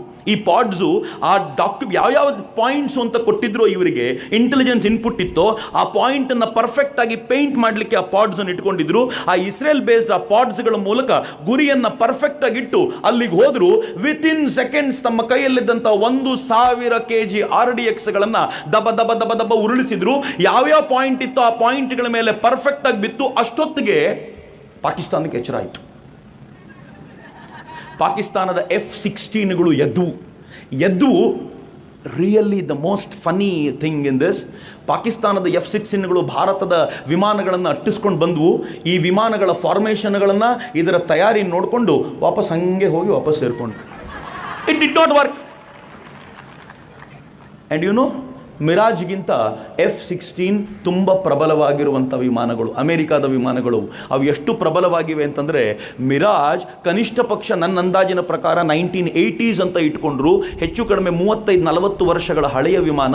F-16 ಪಾಕಿಸ್ತಾನಕ್ಕೆ ಅಮೆರಿಕ ಕೊಟ್ಟಿರುವಂಥ ಅತ್ಯಾಧುನಿಕ ವಿಮಾನ. ಆದರೆ ಈ ವಿಮಾನಗಳು ಭಾರತದ ಫಾರ್ಮೇಷನ್ ಅನ್ನು ನೋಡಿ ಇವರು ಪೂರ್ಣ ತಯಾರಾಗಿ ಬಂದಿದ್ದಾರೆ ಅಂತ ಏನೂ ಮಾಡದೆ ವಾಪಸ್ ಹೋಗ್ಬಿಡ್ತಲ್ಲ. ಇದು ಪಾಕಿಸ್ತಾನದ ಸ್ಥಿತಿ. ನಿಮ್ಮ ಹತ್ರ ಅತ್ಯಾಧುನಿಕ ವಿಮಾನ ಇದ್ದರೆ ಆಗಲಿ, ಅದನ್ನು ಚಲಾಯಿಸಬಲ್ಲಂತ ವ್ಯಕ್ತಿಯಲ್ಲಿ ತಾಕತ್ತಿರಬೇಕಲ್ಲ, ಅದು ಭಾರತೀಯ ಸೈನಿಕರಲ್ಲಿದೆ ಅಂತ. ಮಿತ್ರರೆ, ಭಾರತೀಯ ಸೈನಿಕರ ಈ ತಾಕತ್ ಹೇಗಿತ್ತು ಅಂತಂದ್ರೆ, ಅವರು ಪಾಕಿಸ್ತಾನದ ಅಷ್ಟೂ ಪ್ರದೇಶಗಳನ್ನು, ಇವರಿಗೆ ಕೊಟ್ಟಿರುವಂಥ 3 ಜಾಗಗಳಲ್ಲಿ ಈ ಪ್ರದೇಶಗಳನ್ನು ಧ್ವಂಸಗೊಳಿಸಿದ್ರು. ಈ ಪ್ರದೇಶಗಳನ್ನು ಧ್ವಂಸಗೊಳಿಸಿದ ವೈಶಿಷ್ಟ್ಯ ಏನು ಅಂತ ನಾನು ಹೇಳ್ತೀನಿ. ಬೆಳಿಗ್ಗೆ ಎಲ್ಲರೂ ಹೇಳಿದರು 2 ಜಾಗ ಇದೆ. ಬಾಲಾಕೋಟ್ 2 ಜಾಗದಲ್ಲಿದೆ. ಒಂದು ಪಾಕ್ ಆಕ್ಯುಪೈಡ್ ಕಾಶ್ಮೀರದಲ್ಲಿದೆ, ಮತ್ತೊಂದು ಕಾಶ್ಮೀರದ ಪಾಕಿಸ್ತಾನದ ಒಳಗೆ ಒಂದು ಬಾಲಾಕೋಟ್ ಇದೆ. ಈ ಬಾಲಾಕೋಟ್ ಎರಡನೇದೇನು ಪಾಕಿಸ್ತಾನ POK ಯಲ್ಲಿರುವಂಥ ಬಾಲಾಕೋಟನ್ನು ಅಟ್ಯಾಕ್ ಮಾಡಿದರೆ ಬಹಳ ವಿಶೇಷ ಅಲ್ಲ. ಬೆಳಗ್ಗೆ ಒಮರ್ ಅಬ್ದುಲ್ಲಾ ಟ್ವೀಟ್ ಬಂದಿತ್ತು. ಒಮರ್ ಅಬ್ದುಲ್ಲಾ ಹೇಳ್ತಾನೆ, POK ಯಲ್ಲಿರೋ ಬಾಲಾಕೋಟ್ ಆದರೆ ಬಹಳ ವಿಶೇಷ ಏನಲ್ಲ. ಯಾಕೆ ಅಂದರೆ POK ಯಲ್ಲಿರೋ ಬಾಲಾಕೋಟಲ್ಲಿ ಜೈಷ್ ಎ ಮೊಹಮ್ಮದ್ ತನ್ನ ಯಾವುದೇ ಲಾಂಚಿಂಗ್ ಪ್ಯಾಡ್ಗಳನ್ನು ಇಟ್ಟಿರಲಿಲ್ಲ, ಎಲ್ಲ ಮುಗಿದೋಗಿತ್ತು ಅದರ ಕತೆ. ಹೀಗಾಗಿ ಬಹಳ ವಿಶೇಷ ಅಲ್ಲ. ಆದರೆ ಪಾಕಿಸ್ತಾನದ ಒಳಗಿನ ಬಾಲಾಕೋಟ್ ಆದರೆ ಮಾತ್ರ ಇದು ಭಾರತದ ಅತ್ಯದ್ಭುತ ಸಾಧನೆ ಅಂತ ಬರೆದಿದ್ದ ಮಿತ್ರರೇ, ಅವನಿಗೆ 15 ನಿಮಿಷದಲ್ಲೇ ಸುದ್ದಿ ಬಂತು, ಇದು POK ಯಲ್ಲಿರೋ ಬಾಲಾಕೋಟ್ ಅಲ್ಲ, ಪಾಕಿಸ್ತಾನದ ಒಳಗಿನ ಬಾಲಾಕೋಟ್. ಮತ್ತು ಈ ಬಾಲಾಕೋಟ್ ಪಾಕಿಸ್ತಾನದ ಇಸ್ಲಾಮಾಬಾದ್ನಿಂದ 175-180 ಕಿಲೋಮೀಟರ್ ದೂರವಿದೆ. ಪಾಕಿಸ್ತಾನದ ರಾಜಧಾನಿಯಿಂದ 175-180 ಕಿಲೋಮೀಟರ್ ದೂರದಲ್ಲಿರುವಂಥ, 180 ಕಿಲೋಮೀಟರ್ ಅಂದರೆ ಒಂದು ಮಿರಾಜ್ಗೆ ಅದನ್ನು ರೀಚ್ ಮಾಡಲಿಕ್ಕೆ 1 ನಿಮಿಷವೂ ಬೇಕಾಗಿಲ್ಲ. ಅರ್ಥ ಮಾಡ್ಕೊಳ್ತಿದ್ದೀರಾ ಎಲ್ಲಿ ಹೋಗಿದ್ವಿ ನಾವು ಅಂತ? ಯಾವ ಅಬೋಟಾಬಾದ್ನಲ್ಲಿ ಪಾಕಿಸ್ತಾನದ ಸೇನಾ ನೆಲೆ ನೆಲೆಸಿದೆಯೋ, ಅಬೋಟಾಬಾದ್ನಲ್ಲಿ, ಆ ಅಬೋಟಾಬಾದ್ನಿಂದ 50 ಕಿಲೋಮೀಟರ್ ದೂರದಲ್ಲಿತ್ತು ಈ ಬಾಲಾಕೋಟ್. ಇದರ ಮಹತ್ವ ಈಗ ಅರ್ಥ ಮಾಡ್ಕೊಳ್ಳಿ. ಅಬೋಟಾಬಾದ್ನಿಂದ 50 ಕಿಲೋಮೀಟರ್ ದೂರ, ಪಾಕಿಸ್ತಾನದ ನೆಲೆಯಿಂದ 50 ಕಿಲೋಮೀಟರ್ ದೂರ ಇರುವಂಥ ಈ ಬಾಲಾಕೋಟಿನ ಮೇಲೆ ಭಾರತೀಯ ವಾಯುಸೇನೆ ದಾಳಿ ಮಾಡಿ ಅದನ್ನು ಧ್ವಂಸಗೊಳಿಸಿ 17 ನಿಮಿಷದಲ್ಲಿ ವಾಪಸ್ ಬಂದು ತಾವು ವಿಜಯೋತ್ಸವವನ್ನು ಆಚರಿಸ್ತಾರೆ ಭಾರತೀಯ ವಾಯುಸೇನೆಯವರು ಅಂತಂದ್ರೆ ಅದರ ಮ್ಯಾಜಿಕ್ ಎಂತದ್ದಿರಬಹುದು ಅಂತ. ಮಿತ್ರರೆ, ನನಗೆ ಇದನ್ನು ಹೇಳಬೇಕಾದ್ರೆ ಬಹಳ ಹೆಮ್ಮೆ ಅನ್ನಿಸ್ತಿದೆ. ಯಾಕೆ ಗೊತ್ತೇನು? ಯಾಕೆ ಅಂದರೆ ಇಷ್ಟೂ ದಿನ ದಾಳಿ ನಡೆಯುವಾಗ ಭೂಸೇನೆಯವರೇ ಮುಂದಾಳತ್ವ ವಹಿಸ್ತಾ ಇದ್ರು. ನೀವು ಯಾವಾಗಲಾದರೂ ಹುತಾತ್ಮರ ಕುರಿತಂತೆ ಮಾತನಾಡುವಾಗ, ವೀರ ಯೋಧರ ಕುರಿತಂತೆ ಮಾತನಾಡುವಾಗ, ಅವರು ಮಾಡಿರುವ ಅಟ್ಯಾಕ್ಗಳ ಕುರಿತಂತೆ ಮಾತಾಡುವಾಗ ಬಹುಪಾಲು ಈ ದೇಶದ ಸೇನೆಯ ಭೂಸೇನೆಯವರೇ ಇರ್ತಿದ್ರು. ನಾವು ಕಳೆದ ಬಾರಿ ಸರ್ಜಿಕಲ್ ಸ್ಟ್ರೈಕ್ ಮಾಡಿದ್ವಲ್ಲ, 100% ಭೂಸೇನೆದೆ ಅದು. ಆದರೆ ಈ ಬಾರಿ ಅಟ್ಯಾಕ್ ಮಾಡಿದ್ದು ಭೂಸೇನೆ ಜೊತೆಯಲ್ಲಿತ್ತಷ್ಟೇ, ಆದರೆ ಪೂರ್ಣ ಪ್ರಮಾಣದ ಅಟ್ಯಾಕ್ ಮಾಡಿದ್ದು ಏರ್ ಫೋರ್ಸ್. ಈ ದೇಶದ್ದು ಮೊದಲನೇ ಬಾರಿಗೆ ಏರ್ ಫೋರ್ಸ್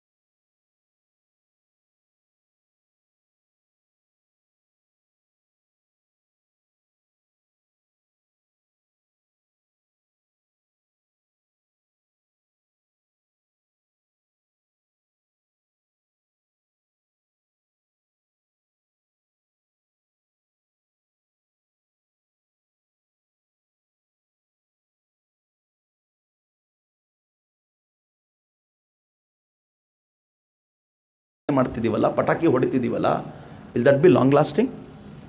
ಇದು ಇವತ್ತೇ ಮಾತ್ರನೋ, ನಾಳೆನೂ ವಿಜಯೋತ್ಸವವೋ, ನಾಡಿದ್ದು ವಿಜಯೋತ್ಸವೋ, ಅಥವಾ ಈ ವಿಜಯೋತ್ಸವದೊಂದಿಗೆ ನಾವು ಸಹಿಸಬೇಕಾಗಿರುವಂಥ ಅನೇಕ ಸಂಗತಿಗಳು ಎಲ್ಲ ಕಡೆ ನಡೆದು ಭಾರತ ಯುದ್ಧಕ್ಕೆ ದೂಡಲ್ಪಡುತ್ತಾ ಅನ್ನೋ ಒಂದು ದೊಡ್ಡ ಪ್ರಶ್ನೆ ಇದೆ. ನಾವ್ಯಾರು ಈ ಪ್ರಶ್ನೆ ಕೇಳಿಕೊಳ್ತಾನೆ ಇಲ್ಲ. ನೆನ್ಪಿಟ್ಕೊಳ್ಳಿ, ನಾವು ಸರ್ಜಿಕಲ್ ಸ್ಟ್ರೈಕ್ ಮಾಡಿದಾಗ ಸೆಲೆಕ್ಟೆಡ್ ಟಾರ್ಗೆಟ್ಸನ್ನು ಗುರುತಿಸಿ ಹೊಡೆದಿದ್ದೀವಿ. ಈ ಬಾರಿನೂ ಅಟ್ಯಾಕ್ ಮಾಡಿದ್ದೀವಿ. ನಾನು ಸಾಗರಿಕಾ ಘೋಷ್ ಟ್ವೀಟ್ ಏನು ಅಂತ, ನಾನು ಇವ್ರದೆಲ್ಲ ಟ್ವೀಟ್ ಗಮನಿಸ್ತಿರ್ತೀನಿ, ಏನು ಮಾಡ್ತಿರ್ತಾರೆ, ಏನು ಹೇಳ್ತಿರ್ತಾರೆ ಅಂತ. ಸಾಗರಿಕಾ ಘೋಷ್ ಬೆಳಗಿಂದ ಏನು ಹೇಳ್ಕೊಂಡಿದ್ದಾಳೆ ಅಂತಂದರೆ, ಇಂಡಿಯನ್ ಏರ್ಫೋರ್ಸ್ ಯಾರಿಗೂ ಗೊತ್ತಾಗದಂತೆ ಗೌಪ್ಯವಾಗಿಟ್ಟುಕೊಂಡು ಈ ಥರದೊಂದು ಕೆಲಸ ಮಾಡಿದೆ ಅಂತಂದರೆ ಇವರ ಗೌಪ್ಯತೆಯನ್ನು ಮೆಚ್ಚಲೇಬೇಕು ಅಂತ. ಯಾಕೆಂದರೆ ಇವರಿಗೂ ಗೊತ್ತಾಗದಂತೆ ಆಗೋಯ್ತಲ್ಲ. ಇವ್ರಿಗೆ ಗೊತ್ತಾಗಿದ್ದಿದ್ರೆ ತಮ್ಮ ತವ್ರ ಮನೆಯವ್ರಿಗೆ ಹೇಳ್ಬಿಟ್ಟಿರೋರು ಪಾಕಿಸ್ತಾನದವರಿಗೆ. ಈ ದೇಶದಲ್ಲಿ ಪಾಕಿಸ್ತಾನವನ್ನು ತವ್ರ ಮನೆ ಆಗಿಟ್ಕೊಂಡಿರೋರು ಬಹಳ ಜನ ಇದ್ದಾರೆ. ಪಾಕಿಸ್ತಾನವನ್ನು ಸ್ವರ್ಗ ಅಂತ ಕರೆದಿರೋರು ಇದ್ದಾರೆ, ಪಾಕಿಸ್ತಾನ ನಮಗೆಲ್ಲವೂ ಅಂತ ಕರೆದಿರೋರು ಇದ್ದಾರೆ, ಎಲ್ಲಿವರೆಗೂ ಅಯೋಗ್ಯರಿದ್ದಾರೆ ಅಂತಂದರೆ I just want to connect the dots. ನಾನು ನಿಮ್ಮ ಮುಂದೆ ಇವತ್ತು ಇದನ್ನು ಹೇಳ್ಕೊಳ್ಳೇಬೇಕು. ಈ ಡಾಟ್ ಹೆಂಗಿದೆ ಅಂತಂದರೆ, ಈ ಪಾಕಿಸ್ತಾನಕ್ಕೆ ಕೆಲವು ವರ್ಷಗಳ ಹಿಂದೆ ಈ ದೇಶದ ಮಣಿಶಂಕರ್ ಅಯ್ಯರ್ ಕಾಂಗ್ರೆಸ್ ಲೀಡರ್ ಹೋಗಿ ಪಾಕಿಸ್ತಾನದವ್ರನ್ನ ಕೇಳ್ಕೊಂಡಿದ್ದ. ಒಂದು ಇಂಟರ್ವ್ಯೂನಲ್ಲಿ ಅವ್ರು ಕೇಳ್ತಾರೆ, ಭಾರತ ಮತ್ತು ಪಾಕಿಸ್ತಾನದ ಸಂಬಂಧಗಳು ಯಾವಾಗ ಚೆನ್ನಾಗಿ ಆಗ್ತವೆ? ಅವನು ಹೇಳ್ತಾನೆ, ಈ ಮೋದಿ ಹೋದ್ಮೇಲೆ ಸರಿ ಹೋಗುತ್ತೆ. ಮಣಿಶಂಕರ್ ಅಯ್ಯರ್ ಹೇಳೋದು, ಈ ದೇಶದ ಪ್ರಧಾನಿ ಮೋದಿ ಕೆಳಗಿಳಿದ್ರೆ ಸರಿ ಹೋಗುತ್ತೆ, ಪ್ಲೀಸ್ ನಮಗೆ ಪಾಕಿಸ್ತಾನ ಹೆಲ್ಪ್ ಮಾಡಿ ಮೋದಿನ ಕೆಳಗಿಳಿಸ್ಲಿಕ್ಕೆ ಅಂತ ಕೇಳ್ಕೊಳ್ತಾನೆ. ಮಿತ್ರ, ಎರಡನೇ ಸಂಗತಿ ನಾನು ನಿಮ್ಮ ಜೊತೆ ಹಂಚ್ಕೊಳ್ತೀನಿ. ಕೆಲವೇ ತಿಂಗಳುಗಳ ಹಿಂದೆ ಇಮ್ರಾನ್ ಖಾನ್ ಪಾಕಿಸ್ತಾನದ ಪ್ರಧಾನಿಯಾದಾಗ ಕಾಂಗ್ರೆಸ್ ಲೀಡರ್ ಸಿದ್ದು ಪಾಕಿಸ್ತಾನಕ್ಕೆ ಹೋಗ್ತಾನೆ, ಇಮ್ರಾನ್ ಖಾನ್ ತಬ್ಕೊಳ್ತಾನೆ. ಫೈನ್, ಇಬ್ರು ಕ್ರಿಕೆಟರ್ಸ್ ತಬ್ಕೊಂಡ್ರು ಸುಮ್ಮನಾಗ್ಬೋದು. ಆದರೆ ಅದಾದ್ಮೇಲೆ ವಾಪಸ್ ಬರೋಕ್ಕಿಂತ ಮುಂಚೆ ಇಮ್ರಾನ್ ಖಾನ್ ಏನು ಮಾಡ್ತಾನೆ ಗೊತ್ತಾ? ಪಾಕಿಸ್ತಾನದ ISI ಲೀಡರ್ನ ಮುಖ್ಯಸ್ಥರನ್ನ ತಬ್ಬಿಕೊಂಡು ನನ್ನ ಕ್ಲೋಸ್ ಫ್ರೆಂಡ್ ಅವನು ಅಂತ ಹೇಳ್ಕೊಂಡು ಬರ್ತಾನೆ. ಯಾವ ISI ಭಾರತದ ಜನರಿಗೆ ಬದುಕಲಿಕ್ಕೆ ಬಿಡ್ತಾ ಇಲ್ವೋ ಆ ISI ಮುಖ್ಯಸ್ಥರನ್ನ ತಬ್ಬಿಕೊಳ್ತಾನೆ. ನಾನು ಮೂರನೇ ಒಂದು ಭಯಾನಕವಾದ ಸಂಗತಿ ನಿಮ್ಮ ಜೊತೆ ಹಂಚ್ಕೊಳ್ತೀನಿ. ಯಾರಾದರೂ ಇಲ್ಲಿ ಕಾಂಗ್ರೆಸ್ ಕಾರ್ಯಕರ್ತರಿದ್ರೆ ನಿಮ್ಮ ಲೀಡರ್ನ ಈ ಪ್ರಶ್ನೆ ದಯಮಾಡಿ ಮಾಡಿ ಅಂತ ಕೇಳ್ಕೊಳ್ತೀನಿ. ರಾಹುಲ್ ಗಾಂಧಿ ಯಾವುದಾದ್ರೂ ಟ್ವೀಟ್ ಮಾಡಿದರೆ, ಈ ದೇಶದ ವಿರುದ್ಧವಾಗಿ ರಾಹುಲ್ ಗಾಂಧಿ ಒಂದು ಮಾತಾಡಿದರೆ, ಈ ದೇಶದ ವಿರುದ್ಧವಾಗಿ ರಾಹುಲ್ ಗಾಂಧಿ ಏನಾದರೂ ಹೇಳಿದರೆ ಅದು 10,000 ಟ್ವೀಟ್ ಆಗುತ್ತೆ. ಆ ಟ್ವೀಟಲ್ಲಿ 80% ರೀಟ್ವೀಟ್ ಪಾಕಿಸ್ತಾನದಿಂದ ಆಗುತ್ತೆ. ಈ ದೇಶದ ವಿರುದ್ಧದ ಅನೇಕ ಟ್ರೆಂಡ್ಗಳು ಏನು ನಡೆದಿವೆ, ಟೈಮ್ಸ್ ನಾವು ಇದನ್ನು ದಾಖಲೆ ಸಮೇತ ಮುಂದಿರಿಸಿದಾಗ ಯಾರೂ ಇದ್ರ ಬಗ್ಗೆ ಮಾತಾಡಲಿಲ್ಲ. ಈ ದೇಶದಲ್ಲಿ ದೇಶ ವಿರೋಧಿ ಟ್ರೆಂಡ್ಗಳು ಯಾವ್ದಾವ್ದಾಗಿವೆಯೋ ಅದರಲ್ಲಿ 90% ಟ್ವೀಟನ್ನ, ಲ್ಯಾಕ್ಸ್ ಆಫ್ ಇಂಪ್ರೆಷನ್ಸ್ ಅದು ಪಾಕಿಸ್ತಾನದಿಂದ ಬರುತ್ತೆ. ಯಾರು ಮಾಡ್ತಾರೆ ಇದನ್ನೆಲ್ಲ? ಎಲೆಕ್ಷನ್ಗಿಂತ ಮುಂಚೆ ಸರಿಯಾದ ಸಂದರ್ಭಕ್ಕೆ ಈ ಥರದ ಪ್ರಯತ್ನ ಯಾಕೆ ಮಾಡಲಾಯಿತು? ಇವತ್ತು ನಾನು ಉತ್ತರ ಕೇಳ್ತಿದ್ದೀನಿ ಮಿತ್ರರೇ. ಇಷ್ಟು ದಿನ ನಾನು ಅದನ್ನು ಪೊಲಿಟಿಸೈಸ್ ಮಾಡಬಾರ್ದು ಅನ್ನೋ ಕಾರಣಕ್ಕೋಸ್ಕರ ಸುಮ್ಮನಿದ್ದೆ. ಆದರೆ ನಿಮ್ಮನ್ನು ಇವತ್ತು ಪ್ರಶ್ನೆ ಕೇಳಬೇಕು, ಯಾಕೆ ಪಾಕಿಸ್ತಾನದ ಸಹಕಾರ ಬೇಕು ಇವರಿಗೆ? ಯಾಕೆ ಪಾಕಿಸ್ತಾನ ಇವ್ರ ಜೊತೆ ನಿಲ್ಲಬೇಕು ಅಂತ ಬಯಸ್ತಾರೆ? ಮೋದಿನ ಕೆಳಗಿಳಿಸಲಿಕ್ಕೆ ಪಾಕಿಸ್ತಾನದ ಸಹಕಾರ ಕೊಡಿ ಅಂತ ಯಾಕೆ ಇವರೆಲ್ಲ ಹೋಗಿ ಕೇಳ್ತಾರೆ? ಯಾಕೆ ಎಲೆಕ್ಷನ್ಗಿಂತ ಕೆಲವೇ ದಿನಗಳ ಮುಂಚೆ ಇನ್ನು ಆಕ್ಷನ್ ತಗೊಳ್ಳಿಕ್ಕೆ ಸಾಧ್ಯ ಆಗುವಷ್ಟು ಟೈಮೂ ಇಲ್ಲ ಅಂದಾಗ ಈ ದೇಶದಲ್ಲಿ ಒಂದು ಭಯಾನಕ ದಾಳಿ ನಡೆಸಲಿಕ್ಕೆ ಪ್ಲಾನ್ ನಡೆಸಲಾಗುತ್ತೆ? ಯಾಕೆ? ಪ್ರಶ್ನೆ ಕೇಳಬೇಕಲ್ಲ ಇವತ್ತು. ಆದರೆ ಒಂದೇ ಒಂದು ತಪ್ಪು ಅವ್ರೇನು ಮಾಡಿದ್ದು ಅಂತಂದರೆ, ಅವ್ರು ಮಾಡಿದ ಒಂದೇ ಒಂದು ತಪ್ಪು ಅಂದರೆ ಮನಮೋಹನ್ ಸಿಂಗ್ ಅಧಿಕಾರದಲ್ಲಿದ್ದಾರೆ ಅಂತ ತಿಳ್ಕೊಂಡಿದ್ರು. ಆದರೆ ನರೇಂದ್ರ ಮೋದಿ ಇದ್ದಾರೆ ಅಂತ ಗೊತ್ತಿರಲಿಲ್ಲ ಅವರಿಗೆ. ಮತ್ತು ನರೇಂದ್ರ ಮೋದಿ ಚೆನ್ನಾಗಿ ಗೊತ್ತು, ತಿಥಿ ಮಾಡಲಿಕ್ಕೆ 11 ದಿನ ಬೇಕಾಗತ್ತೆ. ಅದಕ್ಕಿಂತ ಮುಂಚೆ ಪಾಕಿಸ್ತಾನದಲ್ಲಿ ತಿಥಿ ನಡೆದಿರಬೇಕು. ಆಗ ಮಾತ್ರ ಈ ತೀರಿಕೊಂಡ ಯಾರು ಸೈನಿಕರಿದ್ದಾರೋ, ಆತ್ಮಶಾಂತಿ ಅನ್ನೋದು ನಮ್ಮ ಪದ ಅಲ್ಲ, ನೆನ್ಪಿಟ್ಕೊಳ್ಳಿ. ಆತ್ಮಕ್ಕೆ ಸದ್ಗತಿ ಸಿಗುತ್ತೆ, ಆತ್ಮ ಮೋಕ್ಷ ಸಿಗುತ್ತೆ. ಇವತ್ತು 100% ನಾನು ಧೈರ್ಯವಾಗಿ ಹೇಳಬಲ್ಲೆ. ಇವತ್ತು 3:30ವರೆಗೂ ಅಲ್ದಾಡ್ತಾ ಇದ್ದಂಥ ಸೈನಿಕರ ಆತ್ಮಗಳೆಲ್ಲ ಬಾಯ್ ಹೇಳಿ ಮೋಕ್ಷವನ್ನು ಪಡ್ಕೊಂಡಿವೆ. ಯಾಕೆ ಅಂತಂದರೆ ನಾವು ತೀರ್ಕೊಂಡಿದ್ದಕ್ಕೆ ರಿಟಾಲಿಯೇಟ್ ಮಾಡಿದ್ದಲ್ಲ ಅಂತ. ಮಿತ್ರ, ಆದರೆ ಯುದ್ಧವಾಗಿ ಕನ್ವರ್ಟ್ ಆಗುತ್ತಾ ಇದು? ನೆವರ್. ಈ ದೇಶದ ಬ್ರಿಲಿಯನ್ಸಿ ಇದೆಯಲ್ಲ, ಅದು ಇದನ್ನು ಯುದ್ಧವಾಗಿ ಕನ್ವರ್ಟ್ ಆಗಲಿಕ್ಕೆ ಬಿಡಲಿಕ್ಕೆ ಸಾಧ್ಯವೇ ಇಲ್ಲ ಅಂತ. ಯಾಕೆ ಅಂತ ನಾನು ನಿಮ್ಗೆ ಹೇಳ್ತೀನಿ. ಮೊದಲನೇದು, ಈ ಯುದ್ಧವಾಗಿ ಕನ್ವರ್ಟ್ ಆಗೋದಕ್ಕೆ ಈ ದೇಶದ ರಾಜತಾಂತ್ರಿಕ ವ್ಯವಸ್ಥೆ ಇದನ್ನು ಆರಂಭದಿಂದಲೂ ಹೆಂಗೆ ಭಯೋತ್ಪಾದಕರ ವಿರೋಧಿ ನಡೆ ಅಂತ ಹೇಳ್ತೋ, ಅದಕ್ಕೆ ಭಾರತ ಯಾವತ್ತೂ ಪಾಕಿಸ್ತಾನದ ವಿರುದ್ಧ ಮಾತೇ ಆಡಲಿಲ್ಲ. ನರೇಂದ್ರ ಮೋದಿ ಡೇ 1ನಿಂದ ಇದನ್ನು ಪಾಕಿಸ್ತಾನದ ವಿರುದ್ಧದ ಹೋರಾಟವಾಗಿಸದೆ ಭಯೋತ್ಪಾದಕರ ವಿರುದ್ಧ ಹೋರಾಟವಾಗಿಸಿದ್ದರಿಂದ ಇಡೀ ಜಗತ್ತು ಇವತ್ತು ನರೇಂದ್ರ ಮೋದಿಯವರ ಪರವಾಗಿ ಭಯೋತ್ಪಾದಕರ ವಿರುದ್ಧದ ಹೋರಾಟದಲ್ಲಿ ಜೊತೆಯಾಗಿದೆಯೇ ಹೊರತು ಪಾಕಿಸ್ತಾನದ ವಿರುದ್ಧ ಅಲ್ಲ. ಈ ದೇಶ ದಾಳಿ ಮಾಡಿರುವಾಗ ಏನು ಹೇಳಿದೆ ಗೊತ್ತಾ? ನಾನು ಪಾಕಿಸ್ತಾನದ ವಿರುದ್ಧ ದಾಳಿ ಮಾಡ್ತಿಲ್ಲ, ನಾನು ಪಾಕಿಸ್ತಾನದ ಸೈನಿಕರನ್ನ ಕೊಂದಿಲ್ಲ, ನಾನು ಕೊಂದಿರೋದೆಲ್ಲ ಜೈಷ್ ಎ ಮೊಹಮ್ಮದ್ನ ಪ್ರಮುಖ ಜಾಗಗಳನ್ನ. ಯಾಕೆ ಅವ್ರನ್ನ ಕೊಂದಿದ್ದೀನಿ ಅಂತಂದ್ರೆ, ಅವ್ರು ಈ ಹಿಂದೆ ನನ್ನ ದೇಶದಲ್ಲಿ ಒಂದು ದಾಳಿ ಮಾಡಿ 40 ಜನರನ್ನ ಕೊಲ್ಲಿಸಿದ್ರು. ಈಗಲೂ ನಾನು ಅರೆಸ್ಟ್ ಮಾಡಿರೋ ಕೆಲವರು ಹೇಳ್ತಾ ಇದ್ದಾರೆ ಇನ್ನೂ ಜೈಷ್ ಎ ಮೊಹಮ್ಮದ್ ದಾಳಿ ಮಾಡಬೇಕಾಗಿದೆ ಅಂತ. ನನ್ನ ಮೇಲೆ ದಾಳಿ ಮಾಡಲಿಕ್ಕೆ ಬರುವಂತವರೆಲ್ಲ ಅಲ್ಲಿ ಬೆಳೀತಾ ಇದ್ದಾರೆ, ಬ್ರೀಡ್ ಆಗ್ತಾ ಇದ್ದಾರೆ. ಅವ್ರನ್ನ ಕೊಲ್ಲೋದು ನನ್ನ ಕರ್ತವ್ಯ ಆಗಿತ್ತು, ನನ್ನ ದೇಶದ ರಕ್ಷಣೆಯ ಜವಾಬ್ದಾರಿಯಾಗಿತ್ತು, ಅದಕ್ಕೆ ಕೊಂದಿದ್ದೀನಿ ಅಂತ ಜಗತ್ತಿನ ಮುಂದೆ ಇವತ್ತು ಈ ದೇಶ ಹೇಳ್ತಿರುವಾಗ ಜಗತ್ತು ಹೇಳ್ತಾ ಇದೆ ಕರೆಕ್ಟ್ ನೀವು ಮಾಡಿದ್ದು. ಮಿತ್ರ, ಬೆಳಗಿಂದ ನಾನು ಹುಡುಕಾಡ್ತಿದ್ದೀನಿ, ಈ ಜಗತ್ತಿನಲ್ಲಿ ಒಂದಾದರೂ ದೇಶ ಭಾರತ ಮಾಡಿದ್ದು ತಪ್ಪು ಪಾಕಿಸ್ತಾನಕ್ಕೆ ಅಯ್ಯೋ ಪಾಪ ಅಂತ ಹೇಳಿದ್ಯಾ ಅಂತ ನೋಡಿದರೆ ಬೆಳಗಿಂದ ಒಂದೇ ಒಂದು ದೇಶ ಔಟ್ ಆಫ್ 200 ಕಂಟ್ರೀಸ್ ಒಂದೇ ಒಂದು ದೇಶ ಪಾಕಿಸ್ತಾನದ ಪರವಾಗಿ ಮಾತನಾಡಲಿಲ್ಲ. ಇದು ರಾಜತಾಂತ್ರಿಕ ಗೆಲುವು. ನಾನು ಸೂಕ್ಷ್ಮವಾದ ಕೆಲವು ಸಂಗತಿಗಳನ್ನು ನಿಮ್ಗೆ ಹೇಳ್ತೀನಿ. ಸೂಕ್ಷ್ಮವಾದ ಸಂಗತಿಗಳಿವು, ನೀವು ಗಮನಿಸಬೇಕು ಅಷ್ಟೇ. ಸರ್ಜಿಕಲ್ ಸ್ಟ್ರೈಕ್ ಮಾಡಿದಾಗ ಪ್ರೆಸ್ ಮೀಟ್ ತಗೊಂಡಿದ್ದು ಯಾರು ಗೊತ್ತಾ? ಈ ದೇಶದ ಸೇನಾ ಮುಖ್ಯಸ್ಥರು. ಅವರು ಪ್ರೆಸ್ ಮೀಟ್ ತಗೊಂಡು ಹೇಳಿದ್ರು ಇದು ಸೇನೆಯ ಗೆಲುವು, ನನ್ನ ಸೈನಿಕರನ್ನ ಕೊಂದಿದ್ರಲ್ಲ ಅದಕ್ಕೆ ನಾನು ಪ್ರತೀಕಾರ ತೆಗೆದುಕೊಂಡೆ ಅಂತ ಹೇಳಿ ಅವ್ರು ನೇರವಾಗಿ ಹೇಳಿದ್ರು. ನೇರವಾಗಿ ಹೇಳುವಾಗಲೂ ಅಲ್ಲಿ ಪಾಕಿಸ್ತಾನದ ಮೇಲೆ ಅಟ್ಯಾಕ್ ಅಲ್ಲ, ಅವರ ಲಾಂಚ್ ಪ್ಯಾಡ್ಗಳನ್ನ ಧ್ವಂಸಗೊಳಿಸಿದ್ದೀವಿ ಅಂತ ಹೇಳಿ ಬಂದರು. ಆದರೆ ಈ ಬಾರಿ ಪ್ರೆಸ್ ಮೀಟ್ ತಗೊಂಡಿರೋದು ಯಾರು ಗೊತ್ತಾ? ಈ ಬಾರಿ ಪ್ರೆಸ್ ಮೀಟ್ ತಗೊಂಡಿರೋದು foreign secretary of India. Foreign secretary of India press meet ತೆಗೆದುಕೊಂಡಿರುವಂಥ ಮ್ಯಾಜಿಕ್ ಏನು ಅಂತಂದರೆ, ಇದು ಸೈನಿಕ ಕಾರ್ಯಾಚರಣೆ ಅಲ್ಲ, ಇದು ಜಗತ್ತಿನಲ್ಲಿ ಭಯೋತ್ಪಾದನೆಯನ್ನು ಕಡಿಮೆ ಮಾಡಲಿಕ್ಕೋಸ್ಕರ ನಡೀತಾ ಇರುವಂಥ ಪ್ರಯತ್ನ ಅಂತ. ಇದಕ್ಕೊಂದು ಪೇಂಟ್ ಮಾಡಿದ್ವಲ್ಲ ನಾವು, ಪೇಂಟಿಂಗ್ ಎಷ್ಟು ಚೆನ್ನಾಗಿದೆ ಅಂತಂದರೆ ಯುನೈಟೆಡ್ ನೇಷನ್ಸ್ಗೆ ನಾವು ಒಪ್ಪಿಸಿದ್ದೀವಿ. ಮಿತ್ರರೇ, ನೀವು ಮರ್ತೋಗಿರಬೇಕು, ಕಳೆದ ಕೆಲವಾರು ದಿನಗಳ ಹಿಂದೆ ಯುನೈಟೆಡ್ ನೇಷನ್ಸ್ನ ಸೆಕ್ಯೂರಿಟಿ ಕೌನ್ಸಿಲ್ ಭದ್ರತಾ ಮಂಡಳಿ ಒಂದು ಮೀಟಿಂಗ್ ಕರೆದು ಮೀಟಿಂಗಲ್ಲಿ ಕೂತ್ಕೊಳ್ತು. 15 ರಾಷ್ಟ್ರ ಇತ್ತು, ಅದರಲ್ಲಿ ಎಲ್ಲ ದೊಡ್ಡ ದೊಡ್ಡ ರಾಷ್ಟ್ರಗಳು, ಬಲಾಢ್ಯ ರಾಷ್ಟ್ರಗಳು, ನ್ಯೂಕ್ಲಿಯರ್ ಪವರ್ಡ್ ಕಂಟ್ರೀಸ್. ಆ ಬಲಾಢ್ಯ ರಾಷ್ಟ್ರಗಳೆಲ್ಲ ಸೇರಿ ಹೇಳಿದ್ವು, ಏನು ಹೇಳಿದ್ವು ಅಂತಂದರೆ, ಭಾರತದ ಮೇಲೆ ಪಾಕಿಸ್ತಾನ ಮಾಡಿರುವಂಥ ದಾಳಿ ಖಂಡನೀಯ, ಮೌಲಾನಾ ಮಸೂದ್ ಅಜರ್ ಮತ್ತು ಅವನ ಜೈಷ್ ಎ ಮೊಹಮ್ಮದ್ ಮಾಡಿರುವ ಕೃತ್ಯಕ್ಕೆ ಸರಿಯಾದ ಪ್ರತೀಕಾರ ಆಗಬೇಕು ಅನ್ನೋ ಅರ್ಥದ ನೋಟಿಸ್ ಅನ್ನು ಕೊಟ್ಟಾಗ ಪಾಕಿಸ್ತಾನದ ಪರವಾಗಿ ಅಲ್ಲಿ ವೀಟೋ ಪವರ್ ಚಲಾಯಿಸಬಹುದಾಗಿದ್ದು ಚೀನಾ ಮಾತ್ರ. ಚೀನಾ ಮಿಸುಕಾಡ್ಲಿಕ್ಕೆ ಹೊರಟಾಗ ಉಳಿದ 14 ರಾಷ್ಟ್ರ ಹೇಳಿದ್ರಂತೆ ಭಯೋತ್ಪಾದನೆಯ ವಿರುದ್ಧ ನೀನೇನಾದರೂ ಈಗ ಅಡ್ಡ ಬಂದ್ರೆ ನಿನ್ನನ್ನು ಭಯೋತ್ಪಾದಕ ಲಿಸ್ಟಿಗೆ ಸೇರಿಸಿದ್ರೆ ಆಮೇಲೆ ತಪ್ಪು ತಿಳ್ಕೊಳ್ಬೇಡ ಅಂತ ಹೇಳಿದ ತಕ್ಷಣ ಚೀನಾ ಸೈಲೆಂಟ್ ಆಗಿ ಸೈಡಿಗೆ ಹೋಗ್ಬಿಡ್ತು. UN ಸೆಕ್ಯೂರಿಟಿ ಕೌನ್ಸಿಲ್ ನೋಟ್ ಬಂತಲ್ಲ, ಈ 26ಕ್ಕಿಂತ 4 ದಿನಗಳ ಮುಂಚೆ UN ಸೆಕ್ಯೂರಿಟಿ ಕೌನ್ಸಿಲ್ ಕೊಟ್ಟಿರುವಂಥ ನೋಟು ಪಾಕಿಸ್ತಾನಕ್ಕೆ ಎಂಥ ದೊಡ್ಡ ಹೊಡೆತ ಅಂತಂದರೆ, ಇವತ್ತು ಭಾರತ ಏನು ಹೇಳ್ತಿದೆ ಗೊತ್ತಾ? ನಾನು ಸ್ವಂತಕ್ಕೇನು ಮಾಡಲೇ ಇಲ್ಲ, UN ಸೆಕ್ಯೂರಿಟಿ ಕೌನ್ಸಿಲ್ ಹೇಳ್ತು ಇದು ಭಯೋತ್ಪಾದನೆ ಕೃತ್ಯ ಸರಿಯಲ್ಲ ಪಾಕಿಸ್ತಾನದ್ದು ಅಂತ, ಅದಕ್ಕೆ ಪೂರಕವಾಗಿ ಆಕ್ಷನ್ ತಗೊಂಡಿದ್ದೇನೆ ಹೊರತು ಇದು ನನ್ನದ್ದೇನು ಅಲ್ಲ ಅಂತ ಭಾರತ ಜಗತ್ತಿನ ಮುಂದೆ ಹೆಂಗ್ ಪ್ರೆಸೆಂಟ್ ಮಾಡಿದೆ ಗೊತ್ತಾ? ಇವತ್ತು ಬೆಳಗಿಂದ ನಾನು ಗಮನಿಸ್ತಾ ಇದ್ದೀನಿ ಏನು ನಡೀತಾ ಇದೆ ಅಂತ. ಈ ದೇಶದ ಫಾರಿನ್ ಸೆಕ್ರೆಟರಿ ಪ್ರೆಸ್ ಮೀಟ್ ತೆಗೆದುಕೊಂಡ ಮರುಕ್ಷಣದಿಂದ ಈ ದೇಶದ ಮಿನಿಸ್ಟ್ರಿ ಆಫ್ ಎಕ್ಸ್ಟರ್ನಲ್ ಅಫೇರ್ಸ್, ವಿದೇಶಾಂಗ ಖಾತೆಯ ಎಲ್ಲ ಅಧಿಕಾರಿಗಳು, ಈ ದೇಶದಲ್ಲಿರುವಂತ ಬೇರೆ ಬೇರೆ ದೇಶಗಳ ರಾಯಭಾರಿಗಳಿಗೆ ಈ ದೇಶ ಏನು ಮಾಡ್ತು, ಯಾಕೆ ಹಿಂಗಾಯ್ತು ಅನ್ನೋದನ್ನ ನೀಟಾಗಿ ಎಕ್ಸ್ಪ್ಲೈನ್ ಮಾಡಿ ಎಲ್ಲರನ್ನೂ ಕನ್ವಿನ್ಸ್ ಮಾಡಿಬಿಟ್ಟಿರೋದ್ರಿಂದ ಪಾಕಿಸ್ತಾನದ ಜೊತೆಗೆ ಯಾರೂ ಇಲ್ಲ. ಪಾಕಿಸ್ತಾನಕ್ಕೆ ಈಗಿರೋದು ಒಂದೇ ಒಂದು ದಾರಿ, ಭಾರತದ ವಿರುದ್ಧ ಇನ್ನೊಂದು 4 ಜೋರು ಭಾಷಣ ಮಾಡಬೇಕು. 4 ದಿನ ಆದಮೇಲೆ ತಣ್ಣಗಾಗೋದನ್ನು ಕಾಯಬೇಕು ಮತ್ತು ಭಾರತಕ್ಕೆ ಹೇಳಬೇಕು, ನೋಡು ಆಗಿದೆಲ್ಲ ಆಗೋಯ್ತು, ಇಬ್ಬರು ಫ್ರೆಂಡ್ಶಿಪ್ ಚೆನ್ನಾಗಿರೋಣ ಅಂತ ಭಾರತಕ್ಕೆ ಹೇಳಬೇಕು. ಹೇಳ್ಬಿಟ್ಟು ಇಮ್ರಾನ್ ಖಾನ್ ಹೇಳಬೇಕು, ನಾನು ಹೊಸ ಪ್ರಧಾನಮಂತ್ರಿ, ನಾನು ಫ್ರೆಂಡ್ಶಿಪ್ಪನ್ನು ಬಯಸ್ತೀನಿ, ನೀವಿಷ್ಟು ಮಾಡಿದ ಮೇಲೂ ನಾನು ಫ್ರೆಂಡ್ಶಿಪ್ಪನ್ನು ಬಯಸ್ತೀನಿ ಅಂತ ಹೇಳೋದು ಬಿಟ್ಟರೆ ಪಾಕಿಸ್ತಾನಕ್ಕೆ ಸದ್ಯದ ಮಟ್ಟಿಗೆ ಬೇರೆ ದಾರಿ ಇಲ್ಲ. ನರೇಂದ್ರ ಮೋದಿ ಅಷ್ಟು ಥರದಲ್ಲಿ ಲಾಕ್ ಮಾಡಿಟ್ಟಿದ್ದಾರೆ. ಮಿತ್ರರೇ, ಲಾಕಿಂಗ್ ಇಲ್ಲೇ ಮುಗಿದಿಲ್ಲ. I tell you how he has done it. Narendra Modi ಏನು ಮಾಡಿದ್ದಾರೆ ಗೊತ್ತಾ? ಈ ಘಟನೆ ನಡೆದ 4-5 ದಿನಗಳೊಳಗೆ ಚಾಬಹಾರ್ ಪೋರ್ಟನ್ನು ಆಕ್ಟಿವ್ ಮಾಡಿದ್ದಾರೆ.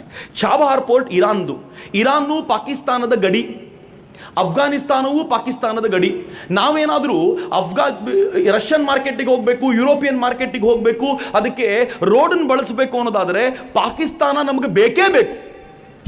ಪಾಕಿಸ್ತಾನದಿಂದ ಅಫ್ಘಾನಿಸ್ತಾನದಿಂದ ಜಗತ್ತಿನ ದೊಡ್ಡ ಮಾರ್ಕೆಟ್ಗೆ. ಯಾವಾಗ ಚಾಬಹಾರ್ ಪೋರ್ಟ್ ಆಯಿತೋ 18 ತಿಂಗಳು ಅದನ್ನು ಭಾರತಕ್ಕೆ ಕೊಡ್ತೋ, ಭಾರತ ಈ ಟೈಮಲ್ಲಿ ಅದನ್ನು ತಕ್ಷಣಕ್ಕೆ ಡೆವಲಪ್ ಆಗಿತ್ತು, ತಕ್ಷಣಕ್ಕೆ ಅದನ್ನು ಆಪರೇಷನಲ್ ಮಾಡಿ 2 ದಿನಗಳ ಹಿಂದೆ ಅಫ್ಘಾನಿಸ್ತಾನದ ಒಂದು ದೊಡ್ಡ ಕನ್ಸೈನ್ಮೆಂಟು, ಹೆಚ್ಚು ಕಡಿಮೆ 500 ಟನ್ನಿಗಿಂತಲೂ ಹೆಚ್ಚು ಸರಕನ್ನು ಅವರು ಚಾಬಹಾರ್ ಪೋರ್ಟಿನ ಮೂಲಕ ಮುಂಬೈ ಪೋರ್ಟ್ಗೆ ತರಿಸ್ಕೊಂಡು ಪಾಕಿಸ್ತಾನಕ್ಕೆ ಹೇಳಿದರು, ನನ್ನ ಜೊತೆ ತಂಟೆ ಮಾಡಿದರೆ ನೀನು ಡಮ್ಮಿ ಕಂಟ್ರಿ ಮಾಡಿಬಿಡ್ತೀನಿ ಜಗತ್ನಲ್ಲಿ, ನಾನು ಹುಷಾರಾಗಿರುವಂಥ ಪಾಕಿಸ್ತಾನಕ್ಕೆ ಕೊಟ್ಟಂಥ ಎಚ್ಚರಿಕೆ ಇದೆಯಲ್ಲ ಮಿತ್ರರೇ, ಇದು ಎಂಥ ದೊಡ್ಡ ಎಚ್ಚರಿಕೆ ಅಂತಂದರೆ ಪಾಕಿಸ್ತಾನ ಮೊದಲೇ ಭಿಕ್ಷೆ ಬೇಡುವಂಥ ಸ್ಥಿತಿಯಲ್ಲಿದೆ, ಅದು ಇನ್ನೂ ಪಾತಾಳಕ್ಕೆ ಹೋಗುತ್ತೆ. ಯಾರೋ ತಮಾಷೆ ಮಾಡ್ತಿದ್ರು ಮೊನ್ನೆ, ಭಿಕ್ಷೆ ಬೇಡಲಿಕ್ಕೆ ತಟ್ಟೆ ಆದರೂ ಇದೆ ಚಕ್ರವರ್ತಿ, ನೆಕ್ಸ್ಟ್ ಟೈಮ್ ತಟ್ಟೆ ಕೊಟ್ಟು ಇದಕ್ಕೂ $2 ಕೊಡಿ ಅಂತ ಕೇಳಬೇಕಾದ ಸ್ಥಿತಿ ಬಂದರೆ ಆಶ್ಚರ್ಯ ಪಡಬೇಕಾಗಿಲ್ಲ ಅಂತ. ಇದು ಪಾಕಿಸ್ತಾನದ ಸ್ಥಿತಿ ಇವತ್ತು. ಇಲ್ಲಿಗೆ ಮುಗಿಲಿಲ್ಲ. ಈ ದೇಶ ಏನು ಮಾಡ್ತು ಗೊತ್ತಾ? ಮೊನ್ನೆ ಅಫ್ಘಾನಿಸ್ತಾನದವರು ಸ್ಪಷ್ಟವಾಗಿ ಹೇಳಿದ್ದಾರೆ, ಪಾಕಿಸ್ತಾನ ಗಡಿ ತಂಟೆ ತುಂಬ ಮಾಡ್ತಾ ಇದೆ, ನನ್ನ ದೇಶಕ್ಕೆ ತಾಲಿಬಾನಿಗಳನ್ನು ಟ್ರೈನ್ ಮಾಡಿ ಕಳಿಸ್ಲಿಕ್ಕೆ ತನ್ನ ಜಾಗವನ್ನು ಬಳಸ್ಕೊಳ್ತಾ ಇದೆ, ಹಿಂಗೆ ನಡೆದರೆ ಪಾಕಿಸ್ತಾನದ ವಿರುದ್ಧ ನಾವು ಮಾತಾಡಬೇಕಾಗತ್ತೆ ಅಂತ. ಅಷ್ಟಲ್ಲದೆ ಇವತ್ತು ಈ ಸ್ಟ್ರೈಕ್ ಆದ ತಕ್ಷಣ ಮೊದಲು ಹೇಳಿಕೆ ಕೊಟ್ಟ ಅಫ್ಘಾನಿಸ್ತಾನ ಏನು ಹೇಳಿದೆ ಗೊತ್ತಾ? ಪಾಕಿಸ್ತಾನದ ಜನ ನನ್ನ ದೇಶಕ್ಕೆ ಭಯೋತ್ಪಾದಕರನ್ನ ಎಲ್ಲಿ ಟ್ರೈನ್ ಮಾಡಿ ಕಳಿಸ್ತಾ ಇದ್ರೋ ಆ ಜಾಗವನ್ನು ಭಾರತ ಉಡಾಯಿಸಿರೋದ್ರಿಂದ ಈಗ ನಾನೂ ಕೂಡ ನೆಮ್ಮದಿಯಿಂದಿದ್ದೀನಿ ಅಂತ ಅಫ್ಘಾನಿಸ್ತಾನ ಹೇಳೋದು ಜಗತ್ತಿಗೆ ಪ್ರಭಾವ. ಜಗತ್ತಿಗೆ ಇದು ಭಾರತದ ಹೋರಾಟ ಮಾತ್ರ ಅಲ್ಲ, ಅಫ್ಘಾನಿಸ್ತಾನದ ಹೋರಾಟವು ಅಂತ. ನೀವು ಆಲೋಚನೆ ಮಾಡಿ, ಈ ದೇಶದ ರಾಜತಾಂತ್ರಿಕ ವ್ಯವಸ್ಥೆ ಎಷ್ಟು ಸ್ಟ್ರಾಂಗ್ ಆಗಿದೆ ಈಗ ಅಂತಂದ್ರೆ, ನಮ್ಮ ದೇಶದ ಮೇಲೆ ಅಟ್ಯಾಕ್ ಆದ ಮರುದಿನ ಇರಾನ್ ಹೇಳಿಕೆ ಕೊಡುತ್ತೆ, ಇದು ಬರೀ ಭಾರತದ ಮೇಲೆ ಅಟ್ಯಾಕ್ ಆಗಲಿಲ್ಲ, ನನ್ನ ದೇಶದ 27 ಗಾರ್ಡ್ಗಳನ್ನು ಕೂಡ ಪಾಕಿಸ್ತಾನದ ಸೈನಿಕರು ಕೊಂದಿದ್ದಾರೆ, ಹಿಂಗಾಗಿ ನಾನೂ ಸುಮ್ಮನೆ ಇರಲ್ಲ, ಅಗತ್ಯ ಬಿದ್ದರೆ ಪಾಕಿಸ್ತಾನದ ಮೇಲೆ ದಾಳಿ ಮಾಡ್ತೀನಿ ಅಂತ. ಈಗೇನಾದರೂ ವಾರ್ ಆದರೆ ಪಾಕಿಸ್ತಾನದ ಮೇಲೆ ಯುದ್ಧ ಮಾಡಲಿಕ್ಕೆ ನಾವು ಮಾತ್ರ ಅಲ್ಲ, ಪಾಕಿಸ್ತಾನದ 2 ಬಾರ್ಡರು ತಯಾರಾಗಿದೆ.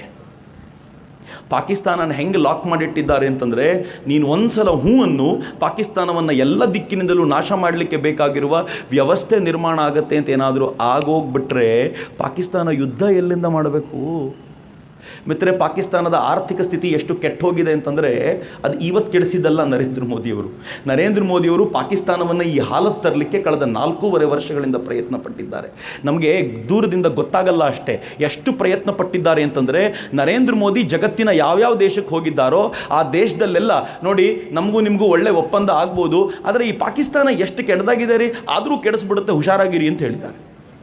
ಜಗತ್ತಿಗೆಲ್ಲ ಪಾಕಿಸ್ತಾನ ರೋಗ ಕಂಟ್ರಿ ಅನ್ನೋದನ್ನು ಒಪ್ಪಿಸಿದ್ದಾರೆ.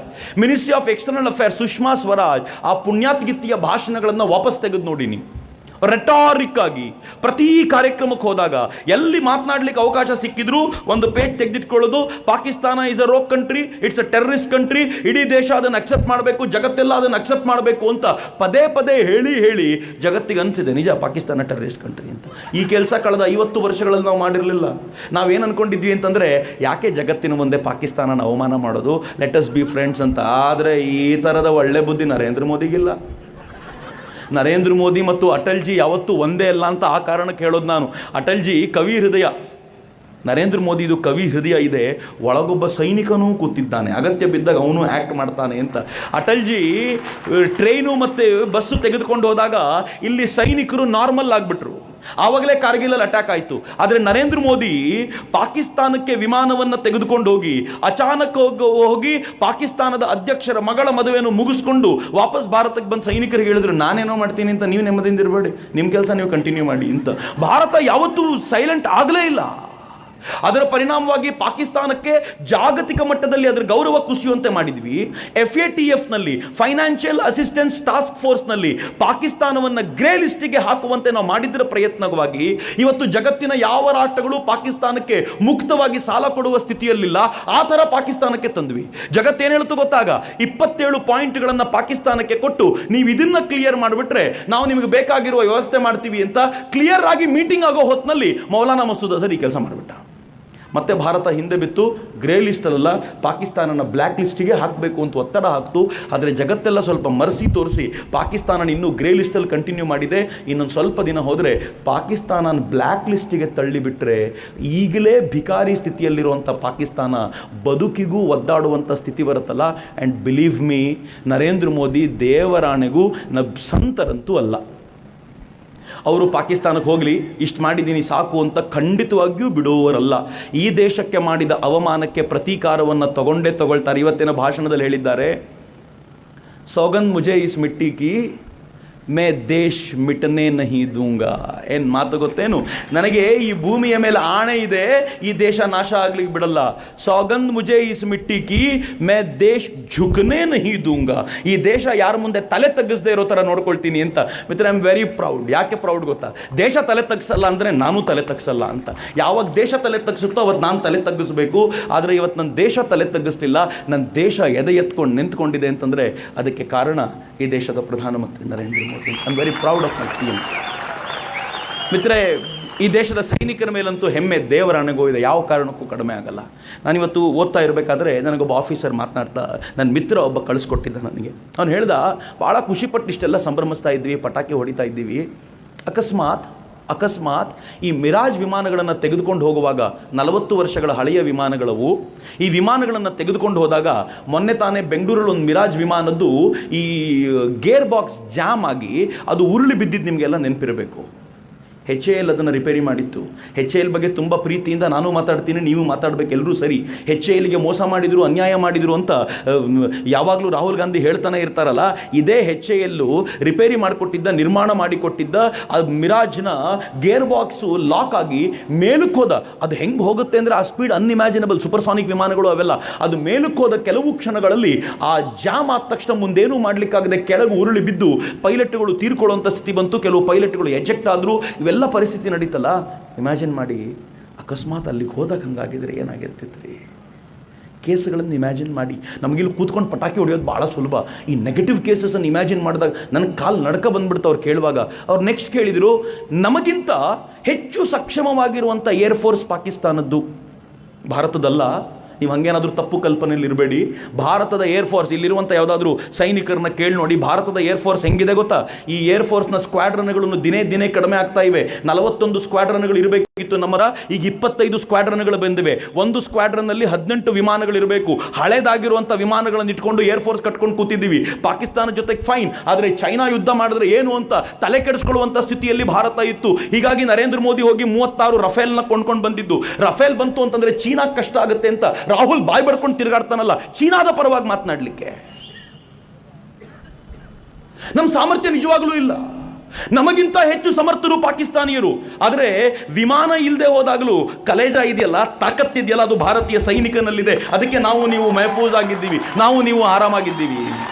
ಇಮ್ಯಾಜಿನ್ ಮಾಡಿ, ಈ ಸೈನಿಕ ವಿಮಾನಗಳನ್ನು ತೆಗೆದುಕೊಂಡು ಹೋದಾಗ ಅವ್ರ ಹತ್ರ ಇರುವಂಥ ಸಕ್ಷಮವಾಗಿರುವಂಥ ಆ ಏರ್ಫೋರ್ಸ್ ಅಟ್ಯಾಕ್ ಮಾಡಲಿಕ್ಕೆ ಶುರು ಮಾಡಿ F-16 ಏನಾದರೂ ಭಾರತೀಯ ವಿಮಾನಗಳನ್ನು ಅಟ್ಟಿಸ್ಕೊಂಡು ಬಂದ್ಬಿಟ್ಟು ಅಟ್ಯಾಕ್ ಮಾಡಲಿಕ್ಕೆ ಶುರು ಮಾಡಿದ್ದಿದ್ರೆ ಏನಾಗಿರ್ತಿತ್ತು?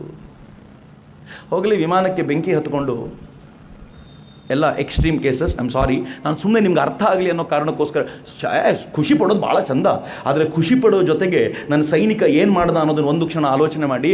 ಅಕಸ್ಮಾತ್ ವಿಮಾನ ಸ್ವಲ್ಪ ಅಲ್ಲೇನಾದರೂ ಕೆಟ್ಟೋಗಿ ಅಥವಾ ವಿಮಾನಕ್ಕೆ ಬೆಂಕಿ ಹತ್ಕೊಂಡು ಅವನು ಎಜೆಕ್ಟ್ ಮಾಡಲೇಬೇಕಾದ ಅನಿವಾರ್ಯತೆಗೆ ಸಿಕ್ಕಾಕ್ಕೊಂಡು ಪಾಕಿಸ್ತಾನದ ಲ್ಯಾಂಡಲ್ಲಿ ಬಿದ್ದು ಅವನು ಪಾಕಿಸ್ತಾನಿಯರ ಕೈಗೆ ಸಿಕ್ಕಾಕ್ಕೊಂಡಿದ್ರೆ ಹೆಂಗ್ರೆ ಇರ್ತಿತ್ತು? ಇವೆಲ್ಲ ಏರ್ಫೋರ್ಸ್ನ ಪೈಲಟ್ಗಳಿಗೆ ಗೊತ್ತಿಲ್ಲ ಅಂದ್ಕೊಂಡಿದ್ದೀರಾ?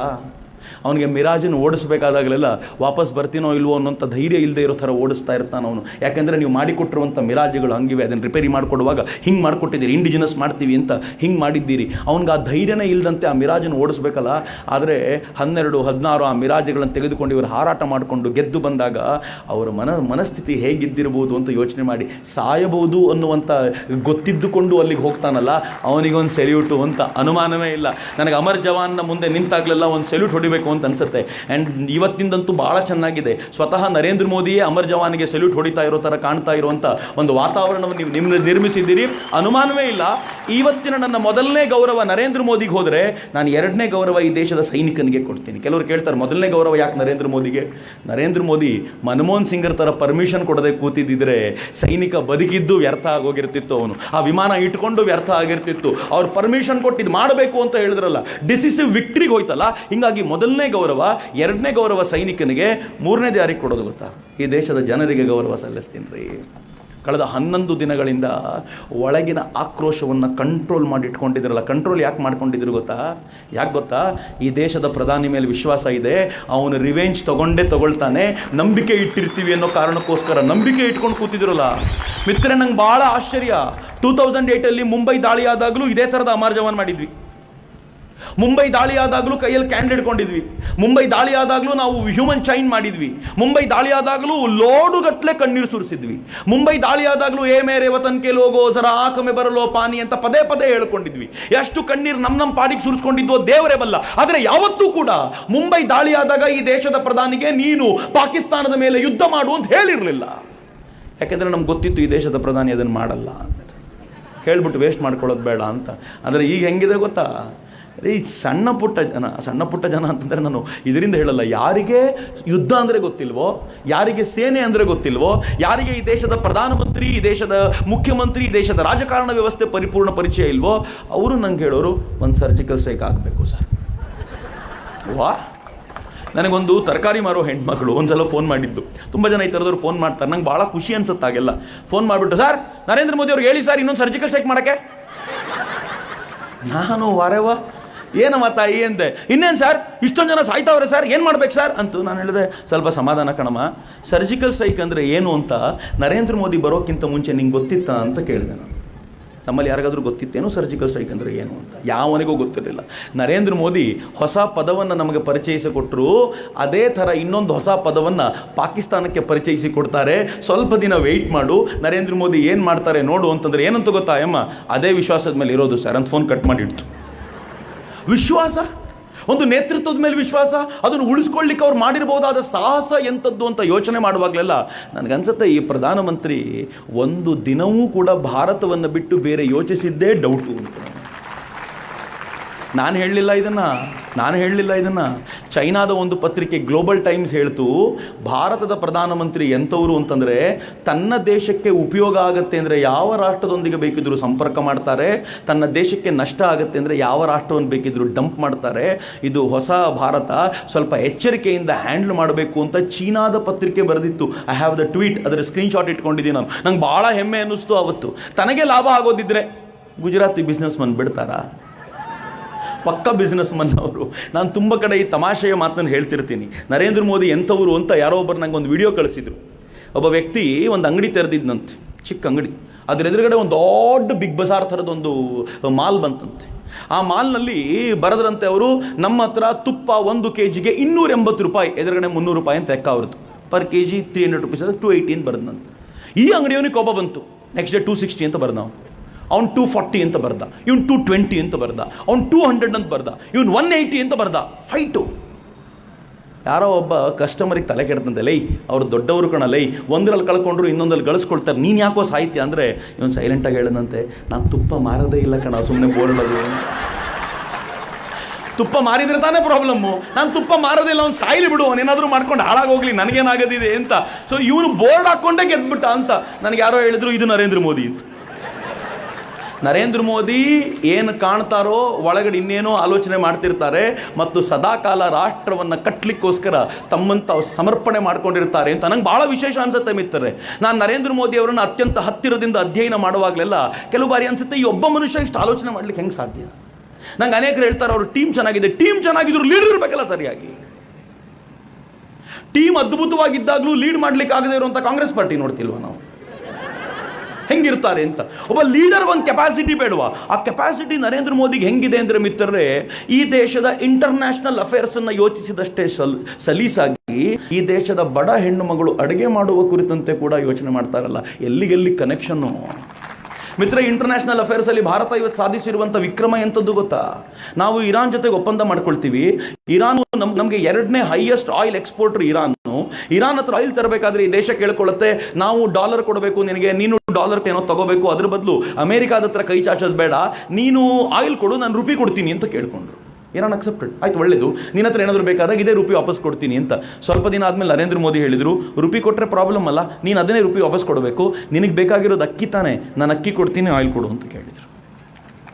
ಸರ್, ಇರಾನ್ ಜೊತೆ ಫ್ರೆಂಡ್ಶಿಪ್ ಇರೋದು ಹಾಗೆ.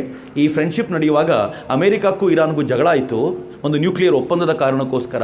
ಅಮೆರಿಕ ಹೇಳ್ತು ಇರಾನ್ ಜೊತೆಗೆ ಯಾರೂ ಒಪ್ಪಂದ ಮಾಡಿಕೊಳ್ಳುವಂತಿಲ್ಲ.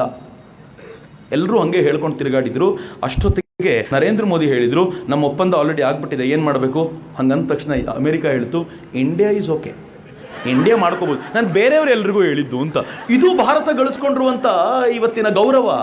ಇವತ್ತಿನ ಭಾರತದ ಗೌರವ ಹೆಂಗಿದೆ ಗೊತ್ತೇನು? ಇಡೀ ಜಗತ್ತು ಭಾರತದ ಬಗ್ಗೆ ಮಾತನಾಡುತ್ತೆ. ಹಾರ್ವರ್ಡ್ ಯೂನಿವರ್ಸಿಟಿಯ ರಿಪೋರ್ಟ್ ನಾನು ಮೊನ್ನೆ ಓದ್ತಾ ಇದ್ದೆ. ರಿಪೋರ್ಟ್ ಹೇಳುತ್ತೆ, ಹಾರ್ವರ್ಡ್ ಯೂನಿವರ್ಸಿಟಿಯ ರಿಪೋರ್ಟ್ ಹೇಳುತ್ತೆ, ಈ ಕುಂಭಮೇಳ ಏನು ನಡೆದಿದೆ ಈ ಬಾರಿ, ಈ ಕುಂಭಮೇಳ ಫಿಫಾ ವರ್ಲ್ಡ್ ಕಪ್ಗಿಂತಲೂ ಚೆನ್ನಾಗಿ ಆಯೋಜನೆ ಮಾಡಲಾಗಿತ್ತು ಅಂತ. Can you imagine this?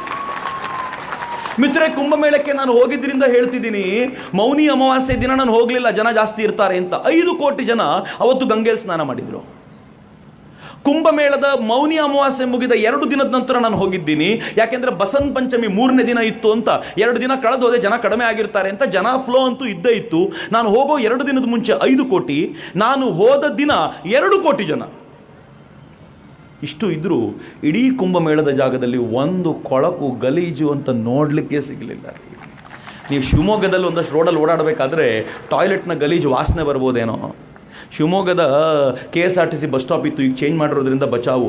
ಅಲ್ಲಿ ಹತ್ರಕ್ಕೆ ಹೋಗ್ಲಿಕ್ಕೆ ಆಗ್ತಿಲ್ಲ, ಟಾಯ್ಲೆಟ್ ಅಷ್ಟು ಗಬ್ಬು ವಾಸನೆ ಬರ್ತಿತ್ತು. ಶಿವಮೊಗ್ಗದ ಪರಿಸ್ಥಿತಿ ಹಂಗಿತ್ತು. ಎಲ್ಲವೂ ಚೆನ್ನಾಗಿದ್ದಾಗ, ನಗರಸಭೆ ಇದ್ದಾಗ, ಎಲ್ಲ ವ್ಯವಸ್ಥೆ ಇದ್ದಾಗ, ಹೊಸದಾದ ಒಂದು ವ್ಯವಸ್ಥೆಯನ್ನು ನಿರ್ಮಾಣ ಮಾಡಿಕೊಂಡು ಒಂದು ಕಡೆ ಟಾಯ್ಲೆಟ್ ವಾಸನೆ ಬರದಂತೆ ಏನು ಅತ್ಯಾಧುನಿಕವಾದ ವ್ಯವಸ್ಥೆಯನ್ನು ರೂಪಿಸಿದ್ರು ಅಂತಂದರೆ ನನಗನ್ನಿಸ್ತು, ವಾಹ್, ಇದು ಮೋದಿ ಮತ್ತು ಯೋಗಿಯೇ ಮಾಡ್ಬೋದಾಗಿರುವಂಥ ಕೆಲಸ ಅಂತ. ಇನ್ಯಾರಿಂದನೂ ಸಾಧ್ಯ ಇಲ್ಲ ಅಂತ. ಅದಕ್ಕೆ ಫಿಫಾ ವರ್ಲ್ಡ್ ಕಪ್ಪಿಗಿಂತ ಹೆಚ್ಚು ಸುಂದರವಾಗಿ ಆಯೋಜನೆಯಾಗಿದ್ದ ಜಾಗ ಅಂತ. ಬರೀ ಇಷ್ಟೇ ಅಲ್ಲ, ನಾವು ಅನೇಕ ಬಾರಿ ಕೇಳ್ತೀವಲ್ಲ, ಹಾರ್ಡ್ ಕೋರ್ ರೈಟ್ ವಿಂಗ್ ಅವ್ರು ಕೇಳ್ತಾರೆ, ನರೇಂದ್ರ ಮೋದಿ ಹಿಂದುತ್ವಕ್ಕೆ ಏನು ಮಾಡಿದ್ರು, ನರೇಂದ್ರ ಮೋದಿ ಅದಕ್ಕೇನು ಮಾಡಿದ್ರು. ನಮ್ಮ ಪ್ರಶ್ನೆ ಕೇಳೋದು ಭಾಳ ಮಜಾ ಅನಿಸೋದು. ಆದರೆ ನರೇಂದ್ರ ಮೋದಿ ಏನು ಮಾಡಿದ್ರು ಗೊತ್ತಾ? ಯಾವ ಗಂಗೆ ನಮ್ಮ ಶ್ರದ್ಧಾ ಕೇಂದ್ರವಾಗಿತ್ತೋ ಆ ಗಂಗೆಯನ್ನು 80% ಕ್ಲೀನ್ ಆಗುವಂತೆ ಮಾಡಿದ್ದಾರಲ್ಲ ನರೇಂದ್ರ ಮೋದಿ ಮಿತ್ರರೇ. ನಾನು ಹೇಳಿದರೆ ನಿಮ್ಗೆ ಅನ್ನಿಸ್ಬೋದು ಚಕ್ರವರ್ತಿ ನರೇಂದ್ರ ಮೋದಿನ ಪ್ರೀತಿಸ್ತಾರೆ ಅದಕ್ಕೆ ಹಿಂಗೆ ಅಂದ್ಬಿಡ್ತಾರೆ ಅಂತ. ಆದರೆ ನಿಮ್ಗೆ ಗೊತ್ತಿರಲಿ, ಯಾರ್ಯಾರು ಇಲ್ಲಿ ಜೀವ ಸಂಕುಲಗಳ ಬಗ್ಗೆ ಅರ್ತಿದ್ದೀರೋ ಅವರಿಗೆ ಮಾತ್ರ ಅರ್ಥ ಆಗುವ ಮಾತು ಹೇಳ್ತೀನಿ. ಅತ್ಯಂತ ಶುದ್ಧವಾದ ನೀರಿನಲ್ಲಿ ಮಾತ್ರ ಸಾಲ್ಸಾ ಮೀನುಗಳು ಇರ್ತವೆ. ಕಳೆದ ಅನೇಕ ವರ್ಷಗಳಿಂದ ಸಾಲ್ಸಾ ಮೀನುಗಳು ಗಂಗೆಯಲ್ಲಿ ಇರಲಿಲ್ಲ.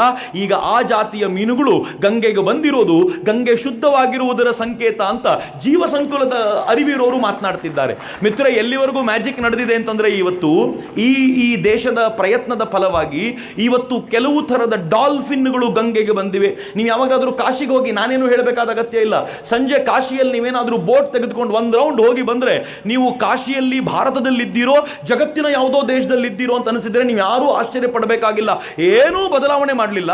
ಆದರೆ ಇರುವುದನ್ನೇ ಎಷ್ಟು ಸುಂದರವಾಗಿ ಮಾಡುವ ಪ್ರಯತ್ನ ಮಾಡಿದ್ದಾರೆ ಅಂತಂದ್ರೆ, ಒಬ್ಬ MP ಇದ್ರೆ ಹಿಂಗಿರಬೇಕು ಅಂತ ಕಾಶಿ ಜನ ಮಾತಾಡ್ಕೊಳ್ಬೇಕು, ಹಂಗೆ ಮಾಡಿದ್ದಾರೆ. ನರೇಂದ್ರ ಮೋದಿ ಏನು ಮಾಡಿದ್ರು ಅಂತ ತುಂಬ ಜನ ಕೇಳ್ತಾರೆ. ನರೇಂದ್ರ ಮೋದಿ ನೇಪಾಳಕ್ಕೆ ಹೋಗ್ತಾರೆ.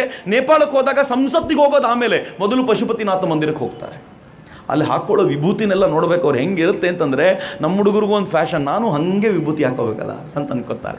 ನರೇಂದ್ರ ಮೋದಿ ಆರತಿ ಮಾಡ್ಲಿಕ್ಕೆ ನಿಲ್ತಾರಲ್ಲ ಮಿತ್ರ, ಎಷ್ಟು ಚೆನ್ನಾಗಿದೆ ಗೊತ್ತಾ? ನರೇಂದ್ರ ಮೋದಿ ಆರತಿ ಮಾಡೋದನ್ನು ಇಡೀ ಜಗತ್ತು ನೋಡುತ್ತೆ ಲೈವ್ನಲ್ಲಿ. ನೋಡಿದ ನಂತರ ಜಗತ್ತಿನ ಜನ, ಬೇರೆ ಬೇರೆ ಜಾತಿಯವರು, ಮತ ಪಂಥಗಳವರು ಭಾರತಕ್ಕೆ ಬರ್ತಾರಲ್ಲ, ಅವರು ಗಂಗೆ ಹತ್ರ ಹೋದಾಗ, ದೇವಸ್ಥಾನಗಳಿಗೆ ಹೋದಾಗ, ನಾವು ಆರತಿ ಮಾಡ್ಬೋದಾ ಅಂತ ಕೇಳ್ತಾರೆ. ತಗೊಂಡು ನರೇಂದ್ರ ಮೋದಿ ಮಾಡಿರುವಂತೆ ಆರತಿ ಮಾಡಲಿಕ್ಕೆ ಪ್ರಯತ್ನ ಮಾಡ್ತಾರಲ್ಲ.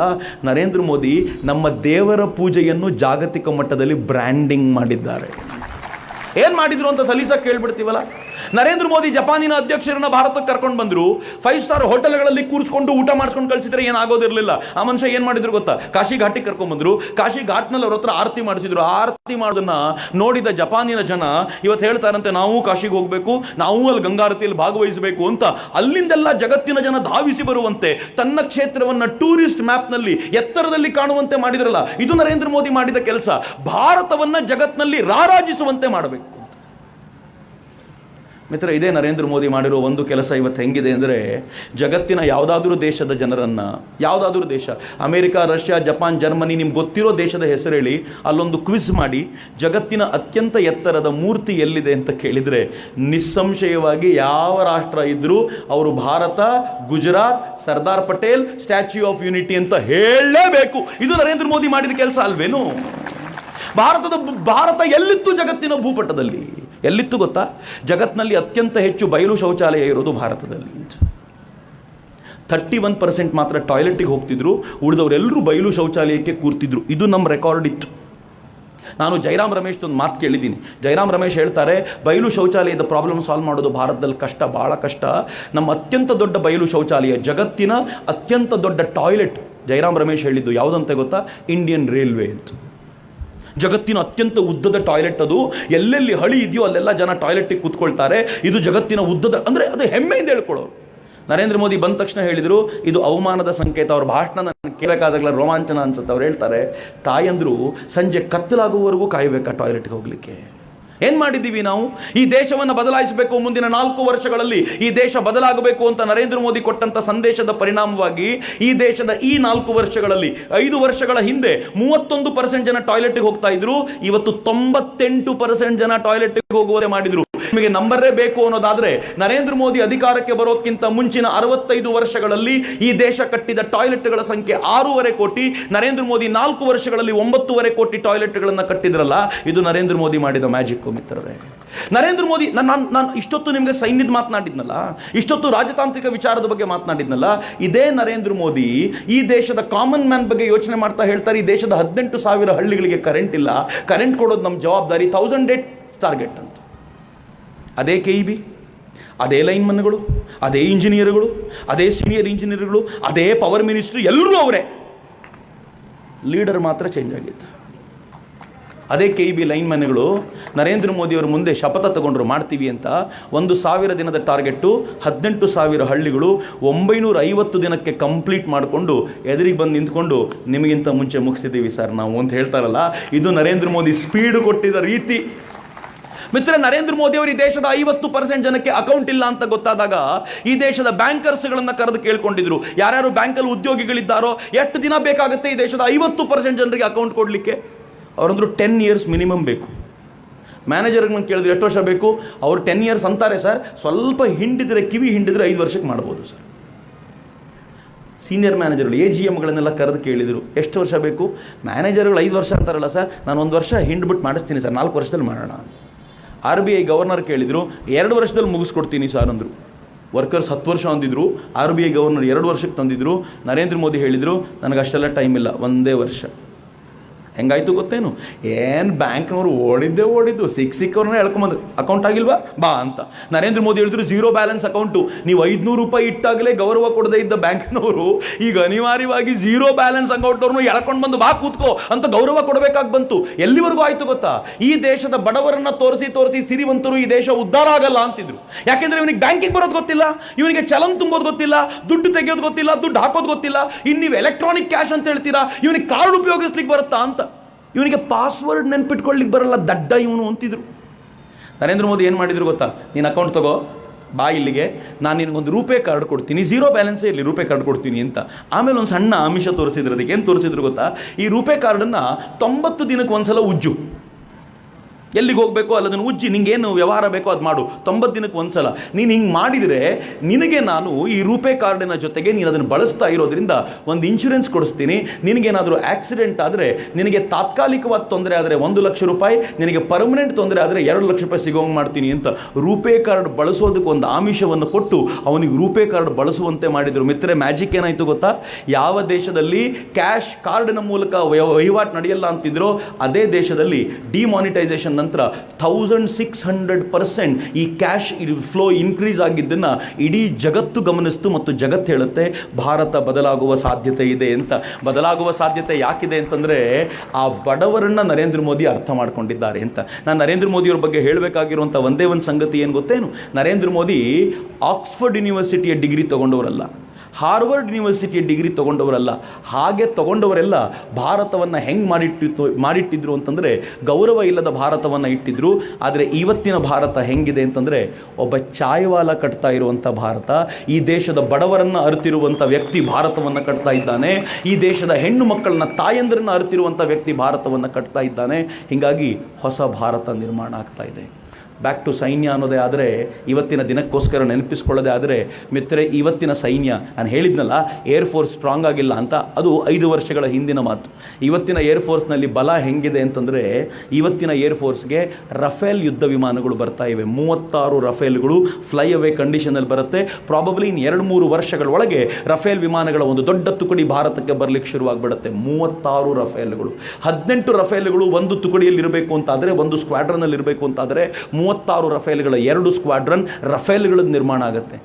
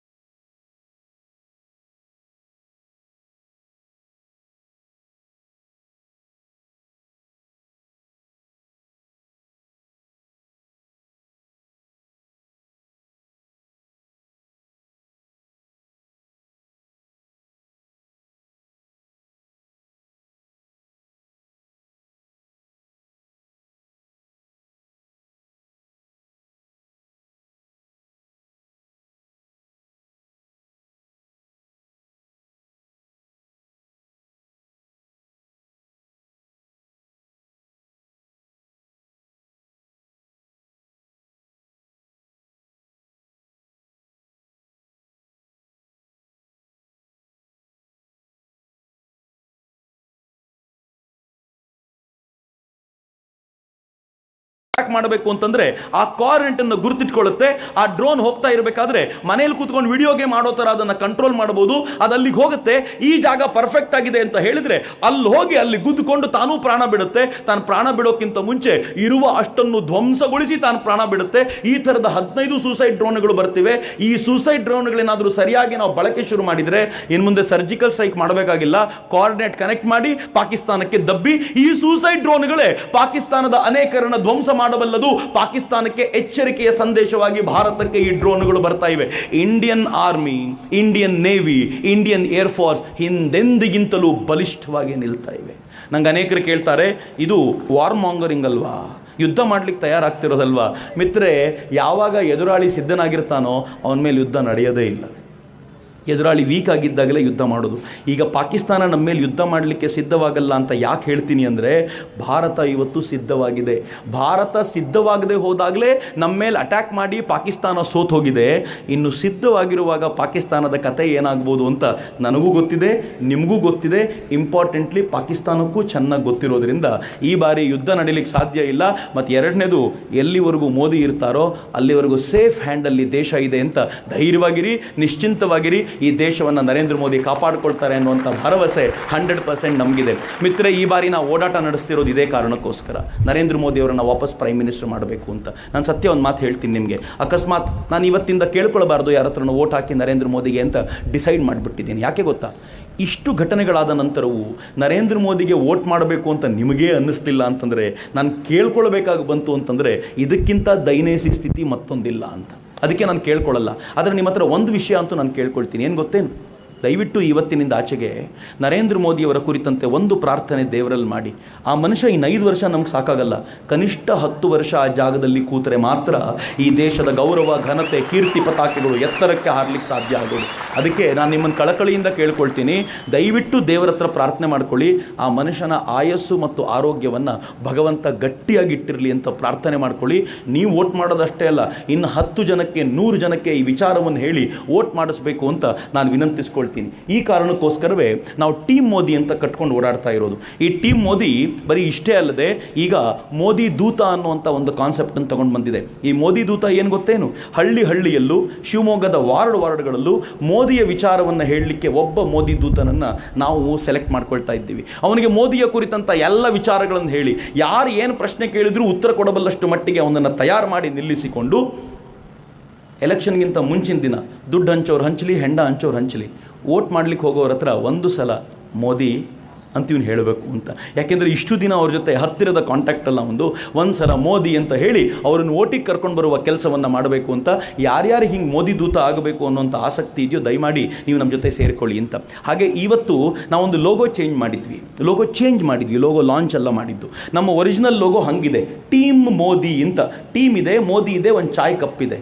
ಅದರಲ್ಲಿ ಕೆಳಗಡೆ ಬರೆದಿದ್ವಿ ನಾವು 300 for 2019 ಅಂತ. ಇವತ್ತಿನ ಲೋಗೋ ಏನಾಗಿದೆ ಗೊತ್ತಾ? ಆ ಟೀಮ್ ಮೋದಿಯಲ್ಲಿ ಮೇಲಿನ ಚಿತ್ರ ಇದೆಯಲ್ಲ, ಟೀ ಮೇಲೆ ಗೆರೆ ಇದೆಯಲ್ಲ, ಅದನ್ನು ಮಿರಾಜ್ 2000 ಹಾಕಿದ್ದೀವಿ. ಒಂದು ಕಡೆ ಟೀ ಕಪ್ ಇದೆ, ಇನ್ನೊಂದು ಕಡೆ ಮಿರಾಜ್ 2000 ಹಾಕಿದ್ದೀವಿ. ಅದೆಲ್ಲಾದರೂ ಇದ್ದರೆ ತೋರಿಸ್ಬೋದು ನೀವು.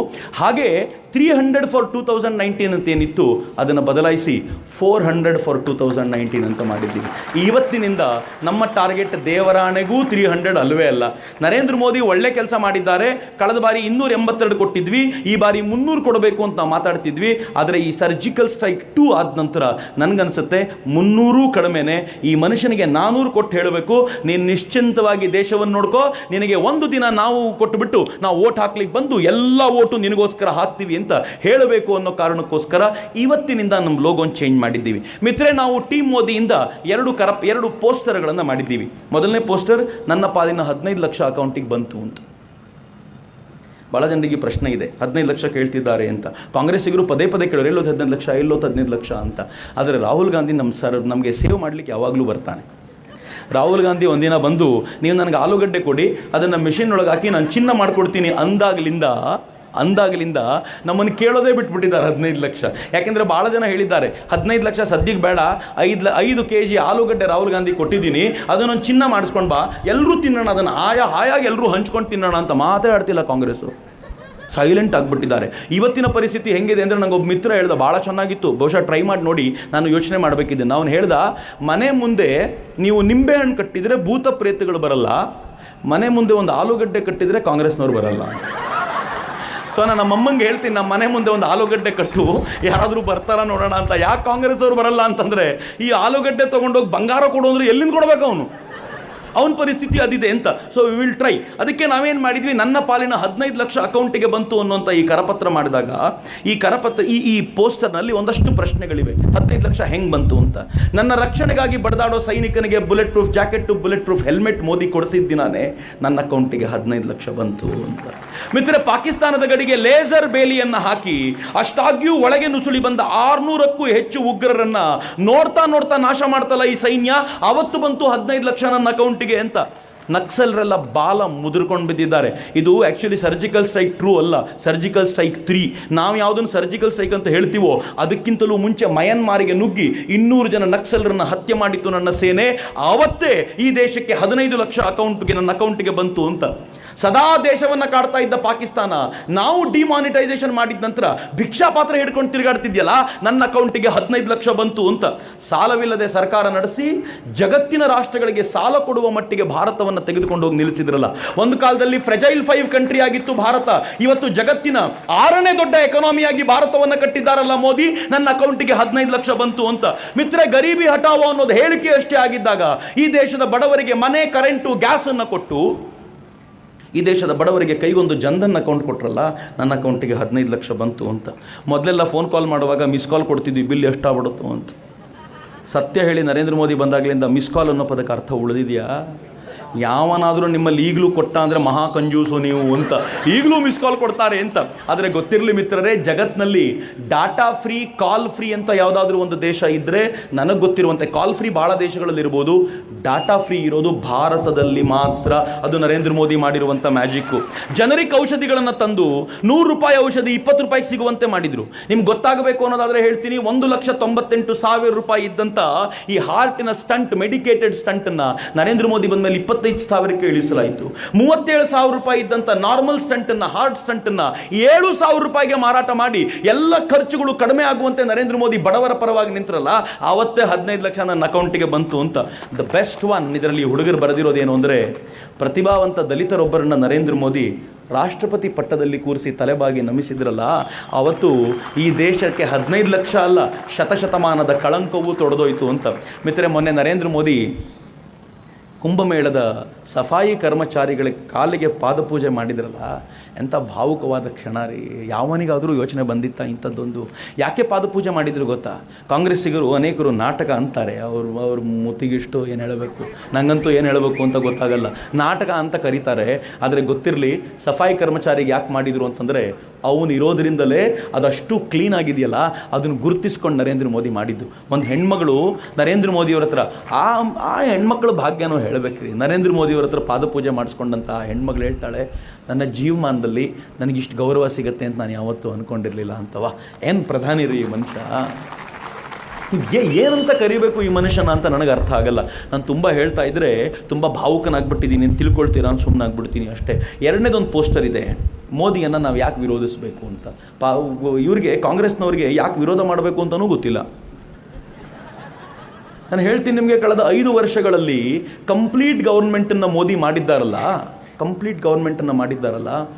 ಒಂದೇ ಒಂದು ಭ್ರಷ್ಟಾಚಾರದ ಆರೋಪವನ್ನು ಅವ್ರ ಮೇಲೆ, ಅವ್ರ ಕ್ಯಾಬಿನೆಟ್ನ ಮೇಲೆ ಕಾಂಗ್ರೆಸ್ನವರಿಗೆ ಹಾಕಿ ಅದನ್ನು ಪ್ರೂವ್ ಮಾಡಲಿಕ್ಕೆ ಇದುವರೆಗೂ ಸಾಧ್ಯ ಆಗಲಿಲ್ಲ. ಇದು ನರೇಂದ್ರ ಮೋದಿಯವರ ಕ್ರೆಡಿಬಿಲಿಟಿ ಅಂತ. ತಾಕತ್ ತೋರಿಸ್ಬಿಡ್ಲಿ ಯಾರಾದ್ರು.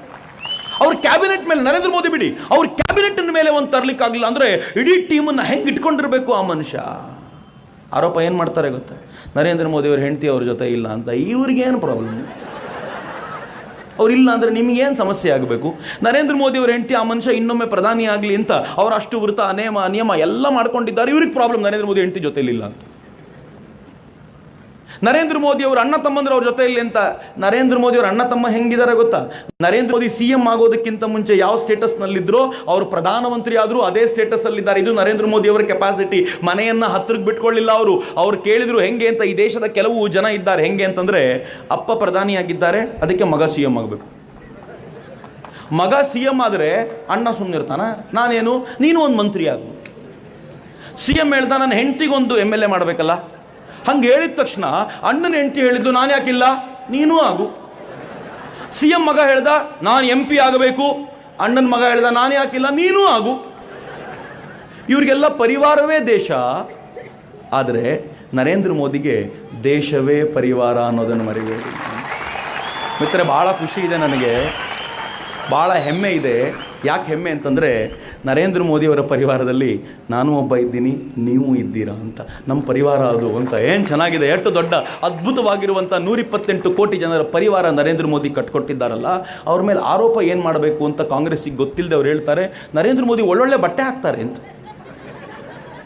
ಏನು ಹೇಳಲಿ ಇದಕ್ಕೆ? ನಾನು ತುಂಬ ಬಾರಿ ಕೇಳಿದೆ, ಹಾಗಂತ ನರೇಂದ್ರ ಮೋದಿ ಏನು ಬಟ್ಟೆ ಹಾಕ್ಕೊಳ್ಳದೆ ತಿರುಗಾಡಬೇಕು ಅಂತ ಎಕ್ಸ್ಪೆಕ್ಟ್ ಮಾಡ್ತೀರಾ ಅಂತ ಕೇಳಿದರೆ ಇವ್ರ ಹತ್ರ ಅದಕ್ಕೆ ಉತ್ತರ ಇಲ್ಲ. ಮಿತ್ರ, ಇವತ್ತು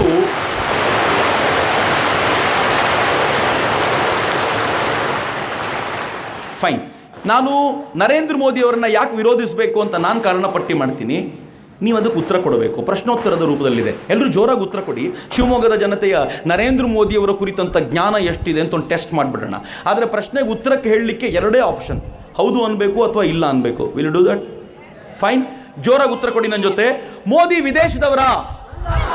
ಸಾಕಾಗಲ್ಲ, ಜೋರಾಗಿ. ಮೋದಿ ವಿದೇಶದವರ? ಮೋದಿ ಭ್ರಷ್ಟರ? ಮೋದಿ ದೇಶದ್ರೋಹಿನ? ಮೋದಿ ತಮ್ಮ ಅಧಿಕಾರಾವಧಿಯಲ್ಲಿ ಪರಿವಾರಕ್ಕೆ ಲಾಭ ಮಾಡಿಕೊಟ್ಟಿದ್ದಾರಾ? ಮೋದಿ ಕೆಲಸ ಮಾಡಲ್ವಾ ಮೈಗಳ್ಳರ? ಮೋದಿ ತಮ್ಮ ಸಂಬಂಧಿಕರನ್ನು ರಾಜಕೀಯಕ್ಕೆ ಕರ್ಕೊಂಡು ಬಂದಿದ್ದಾರಾ? ಮೋದಿ ಭಾರತದ ಗೌರವ ಘನತೆಗಳಿಗೆ ವಿರುದ್ಧವಾಗಿ ನಡ್ಕೊಂಡಿದ್ದಾರಾ? ಮೋದಿ ವಿದೇಶಕ್ಕೆ ಹೋದಾಗ ಯಾವತ್ತಾದ್ರೂ ಭಾರತವನ್ನ ಬೈದಿದ್ದಾರಾ? ಮೋದಿ ಪಾರ್ಟಿಗೆ ವಿಶ್ರಾಂತಿಗೆ ವಿದೇಶಕ್ಕೆ ಹೋಗಿದ್ದನ್ನ ನೋಡಿದ್ದೀರಾ, ಕೇಳಿದ್ದೀರಾ? ಹಂಗಿದ್ರೆ ಅವ್ರಿಗೆ ಬಿಟ್ಟು ಓಟ್ ಯಾಕೆ ಹಾಕ್ತೀರಾ ಬೇರೆಯವರಿಗೆ? ಕರೆಕ್ಟು, ಯಾಕೆ ಹಾಕ್ತೀರಾ? ಒಬ್ಬ ಪ್ರಧಾನಮಂತ್ರಿಗೆ ಇರ್ಬೋದಾಗಿರುವಂಥ ಎಲ್ಲ ಕ್ಯಾರೆಕ್ಟರ್ಸು ಇಲ್ಲಿದೆ. ಆಯಿತು, ನರೇಂದ್ರ ಮೋದಿ ವಿರುದ್ಧವಾಗಿ ಯಾರು ಪ್ರಧಾನಮಂತ್ರಿ? ರಾಹುಲ್ ಗಾಂಧಿ. ಯಾಕೆ ನಕ್ಕಿದ್ರಿ? ನಾನು ನಗಿ ಅಂತ ಹೇಳಿದ್ದು ನಾನು ನಿಮಗೆ. ಎಲ್ರಿಗೂ ಗೊತ್ತಿದೆ ನನಗೆ ರಾಹುಲ್ ಗಾಂಧಿ ಮೇಲೆ ಸತ್ಯ ಎಲ್ಲ ಕಡೆ ಹೇಳಿದ್ದೀನಿ. ನಂಗೆ ದ್ವೇಷನೂ ಇಲ್ಲ, ಕೋಪನೂ ಇಲ್ಲ, ಯಾರು ಅಂತ ತಪ್ಪು ತಿಳ್ಕೊಳ್ಬೇಡಿ. ನಂಗೊಂದು ಅನುಕಂಪ ಇದೆ. 5ನೇ ಕ್ಲಾಸಿನ ಮಗುನ 2nd PU ಸೈನ್ಸಿಗೆ ಕರ್ಕೊಂಬಂದು ಕೂರಿಸಿದ್ರೆ ಫಿಸಿಕ್ಸು, ಕೆಮಿಸ್ಟ್ರಿ, ಮ್ಯಾಥ್ಸು, ಬಯಾಲಜಿ ಅಂದರೆ ಏನು ಅಂತ ತಿಳ್ಕೊಳ್ಬೇಕು ಪಾಪ. ಆ ಪ್ರಾಬ್ಲಮ್ ರಾಹುಲ್ ಗಾಂಧಿದು, ನಂಗೆ ಅರ್ಥ ಆಗುತ್ತೆ. ಆದರೆ ಕಾಂಗ್ರೆಸ್ಸಿಗರ ಮೇಲೂ ಅಷ್ಟೇ ಅನುಕಂಪ ಇದೆ ನನಗೆ. ಇಲ್ಲಾರಾದರೂ ಕಾಂಗ್ರೆಸ್ ಕಾರ್ಯಕರ್ತರಿದ್ದರೆ ದಯಮಾಡಿ ಬೇಜಾರು ಮಾಡ್ಕೋಬೇಡಿ, ಅಥವಾ ಬೇಜಾರು ಮಾಡ್ಕೊಳ್ಳಿ. ಇವತ್ತು ಇನ್ಯಾವತ್ತೂ ಈ ಅವಕಾಶ ಸಿಗಲ್ಲ. ಮಿತ್ರ, ಸುಮ್ಮನೆ ಯೋಚನೆ ಮಾಡಿ. ಈ ದೇಶದ ಕಾಂಗ್ರೆಸ್ಸಿನ ಕಾರ್ಯಕರ್ತ ನೆಹರು ಪ್ರಧಾನಿಯಾಗಿದ್ದಾಗ ಈ ವಾಸ್ ವೈಟಿಂಗ್, ಮೇರಾ ನಂಬರ್ ಕಬ್ ಆಯೇಗಾ. ಮೋಸ್ಟ್ಲಿ 17 ವರ್ಷ ಪ್ರಧಾನಿಯಾಗಿದ್ದರು ನೆಹರು, ಉಸ್ಕಾ ನಂಬರ್ ನೈ ಆಯಾ. ಅವ್ರು ಹೋದ್ಮೇಲೆ ಆದರೂ ಬರುತ್ತೆ ಅಂದ್ಕೊಂಡ್ರೆ ಇಂದಿರಾ ಗಾಂಧಿ ಬಂದರು. ಇಂದಿರಾ ಗಾಂಧಿ ಪವರ್ಫುಲ್ ಲೀಡರ್, ಈಕೆ ಹೋದ್ಮೇಲೆ ಸಿಗ್ಬೋದು ಅಂತ ಮೇರಾ ನಂಬರ್ ಕಬ್ ಆಯೇಗಾ ಅಂತ ಕಾಯ್ಕೊಂಡು ಕೂತಿದ್ರು. ಇಂದಿರಾ ಗಾಂಧಿ ಹೋದ್ಮೇಲೆ ತಕ್ಷಣಕ್ಕೆ ಎಲ್ಲಿಂದಲೋ ರಾಜೀವ್ ಗಾಂಧಿ ಬಂದ್ಬಿಟ್ರು. ರಾಜೀವ್ ಗಾಂಧಿ ಹೋದ್ಮೇಲೆ ಆದರೂ ಸಿಗುತ್ತೆ ಅಂತ ಮೇರಾ ನಂಬರ್ ಕಬ್ ಆಯೇಗಾ ಅಂತ ಕಾಯ್ಕೊಂಡು ಕೂತಿದ್ರೆ ರಾಜೀವ್ ಗಾಂಧಿ ಹೋದ ತಕ್ಷಣ ಸೋನಿಯಾ ಗಾಂಧಿ ಬಂದ್ಬಿಟ್ರು. ಸೋನಿಯಾ ಗಾಂಧಿ ಪ್ರಧಾನಿ ಆಗ್ಲಿಕ್ಕೆ ಸಾಧ್ಯ ಇಲ್ಲ ಅಂತಂದಾಗ ಸೋನಿಯಾ ಗಾಂಧಿ ಒಂದು ಆಕ್ಸಿಡೆಂಟಲ್ ಪ್ರೈಮ್ ಮಿನಿಸ್ಟರ್ನ ಮುಂದಿಟ್ಕೊಂಡು ತಾನೇ ಅಧಿಕಾರ ನಡೆಸಿದ್ರು. ಅವ್ರು ಅನ್ಕೊಂಡ್ರು ಇದಾದ್ಮೇಲೆ ನಮ್ಗೆ ಸಿಗ್ಬೋದು ಅಂದರೆ ರಾಹುಲ್ ಗಾಂಧಿ ಬಂದರು. ಭಾಳ ಬಾರಿ ಅನ್ಸೋ ಡೌಟ್ ಏನಿದೆ ಅಂದರೆ ಕಾಂಗ್ರೆಸ್ ಕಾರ್ಯಕರ್ತರೇ ರಾಹುಲ್ ಗಾಂಧಿನ ಎಲ್ಲ ಕಡೆ ಕರ್ಕೊಂಡೋಗಿ ಪ್ರೋಗ್ರಾಮ್ ಮಾಡಿಸೋದು ಅಂತ. ಈ ಮನುಷ್ಯ ಮಾತಾಡಿದರೆ ಜನ ಸ್ವೀಕಾರ ಮಾಡಲ್ಲ ಅಂತ ನೋಡಲಿ, ಹಿಂಗಾಗಿ ಆದರೂ ಇನ್ಕಾಂಪಿಟೆಂಟ್ ಆಗಿದ್ದಾರೆ ಅಂತ ನಮ್ಮನ್ನು ಆಯ್ಕೆ ಮಾಡಲಿ ಅಂತ ತುಂಬ ಪ್ರಯತ್ನ ಪಡ್ತಾರೋ. ಆದರೆ ಇನ್ಕಾಂಪಿಟೆಂಟ್ ಅಂತ ಗೊತ್ತಾದ ಮೇಲೆ ಅವ್ರು ಏನು ಮಾಡಿದ್ರು ಗೊತ್ತಾ? ಪ್ರಿಯಾಂಕಾ ತಂದರು. ಪ್ರಿಯಾಂಕಾ ತಂದ ಮೇಲೆ ಈಗ ಕಾಂಗ್ರೆಸ್ಸಿನ ಕಾರ್ಯಕರ್ತರು ಹೇಳ್ತಾರೆ ಮೇರಾ ನಂಬರ್ ನಹಿ ಆಯೇಗಾ, ಮೇರಾ ನಂಬರ್ ನಹಿ ಆಯೇಗಾ, ಮೇರಾ ನಂಬರ್ ನಹಿ ಆಯೇಗಾ. ಯಾಕೆ ಅಂತಂದರೆ ಪ್ರಿಯಾಂಕಾಗೆ ಮಕ್ಕಳಿದ್ದಾರೆ. ಅಷ್ಟೇ ಅಲ್ಲ ಮಿತ್ರರೇ, ರಾಬರ್ಟ್ ವಾದ್ರಾ ಮೊನ್ನೆ ಇಡಿಯಿಂದ ನೆನ್ನೆ ಮುಗಿಸ್ಕೊಂಡು ಬಂದಿದ್ದಾನೆ. ಇಡಿಯ ವಿಚಾರಣೆ ಮುಗಿಸ್ಕೊಂಡು ಈ ಎಲ್ಲ ವಿಚಾರಣೆ ಮುಗಿದ ನಂತರ ನಾನು ರಾಜಕೀಯಕ್ಕೆ ಬರೋದನ್ನು ಯೋಚನೆ ಮಾಡ್ತಿದ್ದೀನಿ ಅಂತ. ಹಾಗಾದರೆ ಕಾಂಗ್ರೆಸ್ಸಿನ ಕಾರ್ಯಕರ್ತರು ನಾಳೆ ರಾಬರ್ಟ್ ವಾದ್ರಾ ಕಾಲು ತೊಳಿಬೇಕಾದಂಥ ಸ್ಥಿತಿ ಬರುತ್ತಲ್ಲ, ನಂಗೆ ಭಾಳ ದುರದೃಷ್ಟಕರ ಅನಿಸುತ್ತೆ. ಆದರೆ ನಾನು ಮೆಚ್ತೀನಿ, ಒಂದು ಪ್ರಜಾಪ್ರಭುತ್ವವನ್ನು ಹೊಂದಿರುವಂಥ ಭಾಜಪ ಪಕ್ಷವನ್ನು ನಾನು ಮೆಚ್ತೀನಿ. ಯಾಕೆ ಅಂತಂದರೆ ಟೀ ಮಾರುವವನು ಕೂಡ ಪ್ರಧಾನಿಯಾಗಿ ಏರಿ ಕೂತ್ಕೊಳ್ಬೋದು ಅನ್ನೋಂಥದ್ದನ್ನು ತೋರಿಸಿಬಿಡುತ್ತಲ್ಲ, ಒಂದು ಅದ್ಭುತವಾದ ಕೆಲಸ ಅದು ಅಂತ. ಗ್ರೇಟ್. ಯಾವ ಸಾಮಾನ್ಯ ಕಾರ್ಯಕರ್ತನೂ ಕೂಡ ಎತ್ತರಕ್ಕೆ ಏರ್ಬೋದು ಕೆಲಸ ಮಾಡೋದ್ರ ಮೂಲಕ, ರಾಷ್ಟ್ರದ ಬಗ್ಗೆ ಆಲೋಚನೆ ಮಾಡೋದ್ರ ಮೂಲಕ ಅಂತ ಹೇಳಿ ತೋರಿಸಿದ್ದಕ್ಕೆ ನನಗೆ ಭಾಳ ಹೆಮ್ಮೆ ಇದೆ. ಮಿತ್ರ, ನಾವು ಒಂದು ಸ್ಟಿಕ್ಕರ್ ಮಾಡಿದ್ದೀವಿ. ಈ ಸ್ಟಿಕ್ಕರಲ್ಲಿ ಈ ಈ ಸಲ ಯಾರ್ಯಾರ ನಡುವೆ ಫೈಟು ಅಂತ. ಯಾರ್ಯಾರಂದರೆ ಕಾಂಗ್ರೆಸ್, ದಳ, SP, BSP, RJD, DMK, ಭ್ರಷ್ಟರು, ನಗರ ನಕ್ಸಲರು, ಮಾವೋವಾದಿಗಳು, ಜಿಹಾದಿಗಳು, ಉಗ್ರರು, ಪಾಕಿಸ್ತಾನ, ಚೀನಾ, ಬಾಂಗ್ಲಾದೇಶ, ಕೆಲವು ಮಾಧ್ಯಮಗಳು, ವಿದೇಶಿ NGOಗಳು, ತುಕಡೆ ಗ್ಯಾಂಗ್, ಇವರೆಲ್ಲರೂ ಒಂದು ಕಡೆ. ಇವ್ರ ವಿರುದ್ಧಕ್ಕೆ ಯಾರಿದ್ದಾರೆ ಅಂತಂದರೆ ನರೇಂದ್ರ ಮೋದಿ, ಅವ್ರ ಜೊತೆಗೆ ನಾನಿದ್ದೀನಿ ಅಂತ. ಸೊ ಈ ನಾನಿದ್ದೀನಿ ಅನ್ನುವಂಥ ಈ ಸ್ಟಿಕ್ಕರ್ ಇದೆ. ಇದು ಯಾವುದೇ ಸ್ಟಿಕ್ಕರ್ನ ಫ್ರೀ ಕೊಡಲಿಕ್ಕಲ್ಲ ಇರೋದು.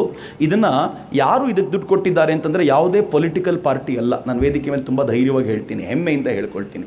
ಕ್ರೌಡ್ ಫಂಡೆಡ್ ಟೀಮ್ ನಮ್ಮದು. ಟೀಮ್ ಮೋದಿಯನ್ನು ಕ್ರೌಡ್ ಫಂಡ್ ಮಾಡಿಸ್ಕೊಂಡಿದ್ದೀವಿ, ಜನರಿಂದ ಕೇಳ್ಕೊಂಡಿದ್ದೀವಿ, ನಮಗೇನು ಬೇಕೋ ನಿಮ್ಮ ಹತ್ರ ಬಂದು ನಿಂತ್ಕೊಂಡು ಬೇಡಿದ್ದೀವಿ. ನೀವು ಕೊಟ್ಟಿರೋದ್ರಿಂದ ನಾವು ಧೈರ್ಯವಾಗಿ ನಿಂತ್ಕೋತೀವಿ. ಯಾವುದೇ ಪೊಲಿಟಿಕಲ್ ಪಾರ್ಟಿ ಅಂಗಸಂಸ್ಥೆ ಅಲ್ಲ. ನಾವು ನರೇಂದ್ರ ಮೋದಿ ಅವರನ್ನು ಪ್ರೀತಿಸ್ತೀವಿ. ಯಾಕೆಂದರೆ ನರೇಂದ್ರ ಮೋದಿ ನಾವು ಪ್ರೀತಿಸುವಂಥ ದೇಶಕ್ಕೋಸ್ಕರ ತನ್ನ ಜೀವವನ್ನು ಸವಿಸ್ತಾ ಇರೋದ್ರಿಂದ ಆತ ಮತ್ತೆ ಪ್ರಧಾನಿ ಆಗಬೇಕು ಎನ್ನುವ ಕಾರಣ ಬಿಟ್ಟರೆ ಮತ್ತೆ ಯಾವ ಕಾರಣದಿಂದಲೂ ಜೊತೆಯಾಗಲಿಲ್ಲ ಎನ್ನುವ ಧೈರ್ಯದಿಂದ ನಿಮ್ಮ ಎದುರಿಗೆ ನಿಂತುಕೊಳ್ತೀನಿ. ಹೀಗಾಗಿ ಈ ಪೋಸ್ಟರ್ಗಳನ್ನು ₹5 ಒಂದು ಪೋಸ್ಟರು, ₹2 ಒಂದು ಸ್ಟಿಕ್ಕರ್ ಥರ ಮಾರಾಟ ಮಾಡ್ತಾರೆ. ಅಕಸ್ಮಾತ್ ಹಂಗೆ ಮಾರಾಟ ಮಾಡೋದಿದ್ದರೆ ದಯಮಾಡಿ ತೆಗೆದುಕೊಂಡು ಹೋಗಿ ನಿಮ್ಮ ಮನೆ ಎದುರುಗಡೆ, ನಿಮ್ಮ ಮನೆ ಹೊರಗಡೆ ಈ ಪೋಸ್ಟರ್ಗಳನ್ನು ಹಾಕಿ, ಸ್ಟಿಕ್ಕರ್ನ ಮೆತ್ತಿಸಿ.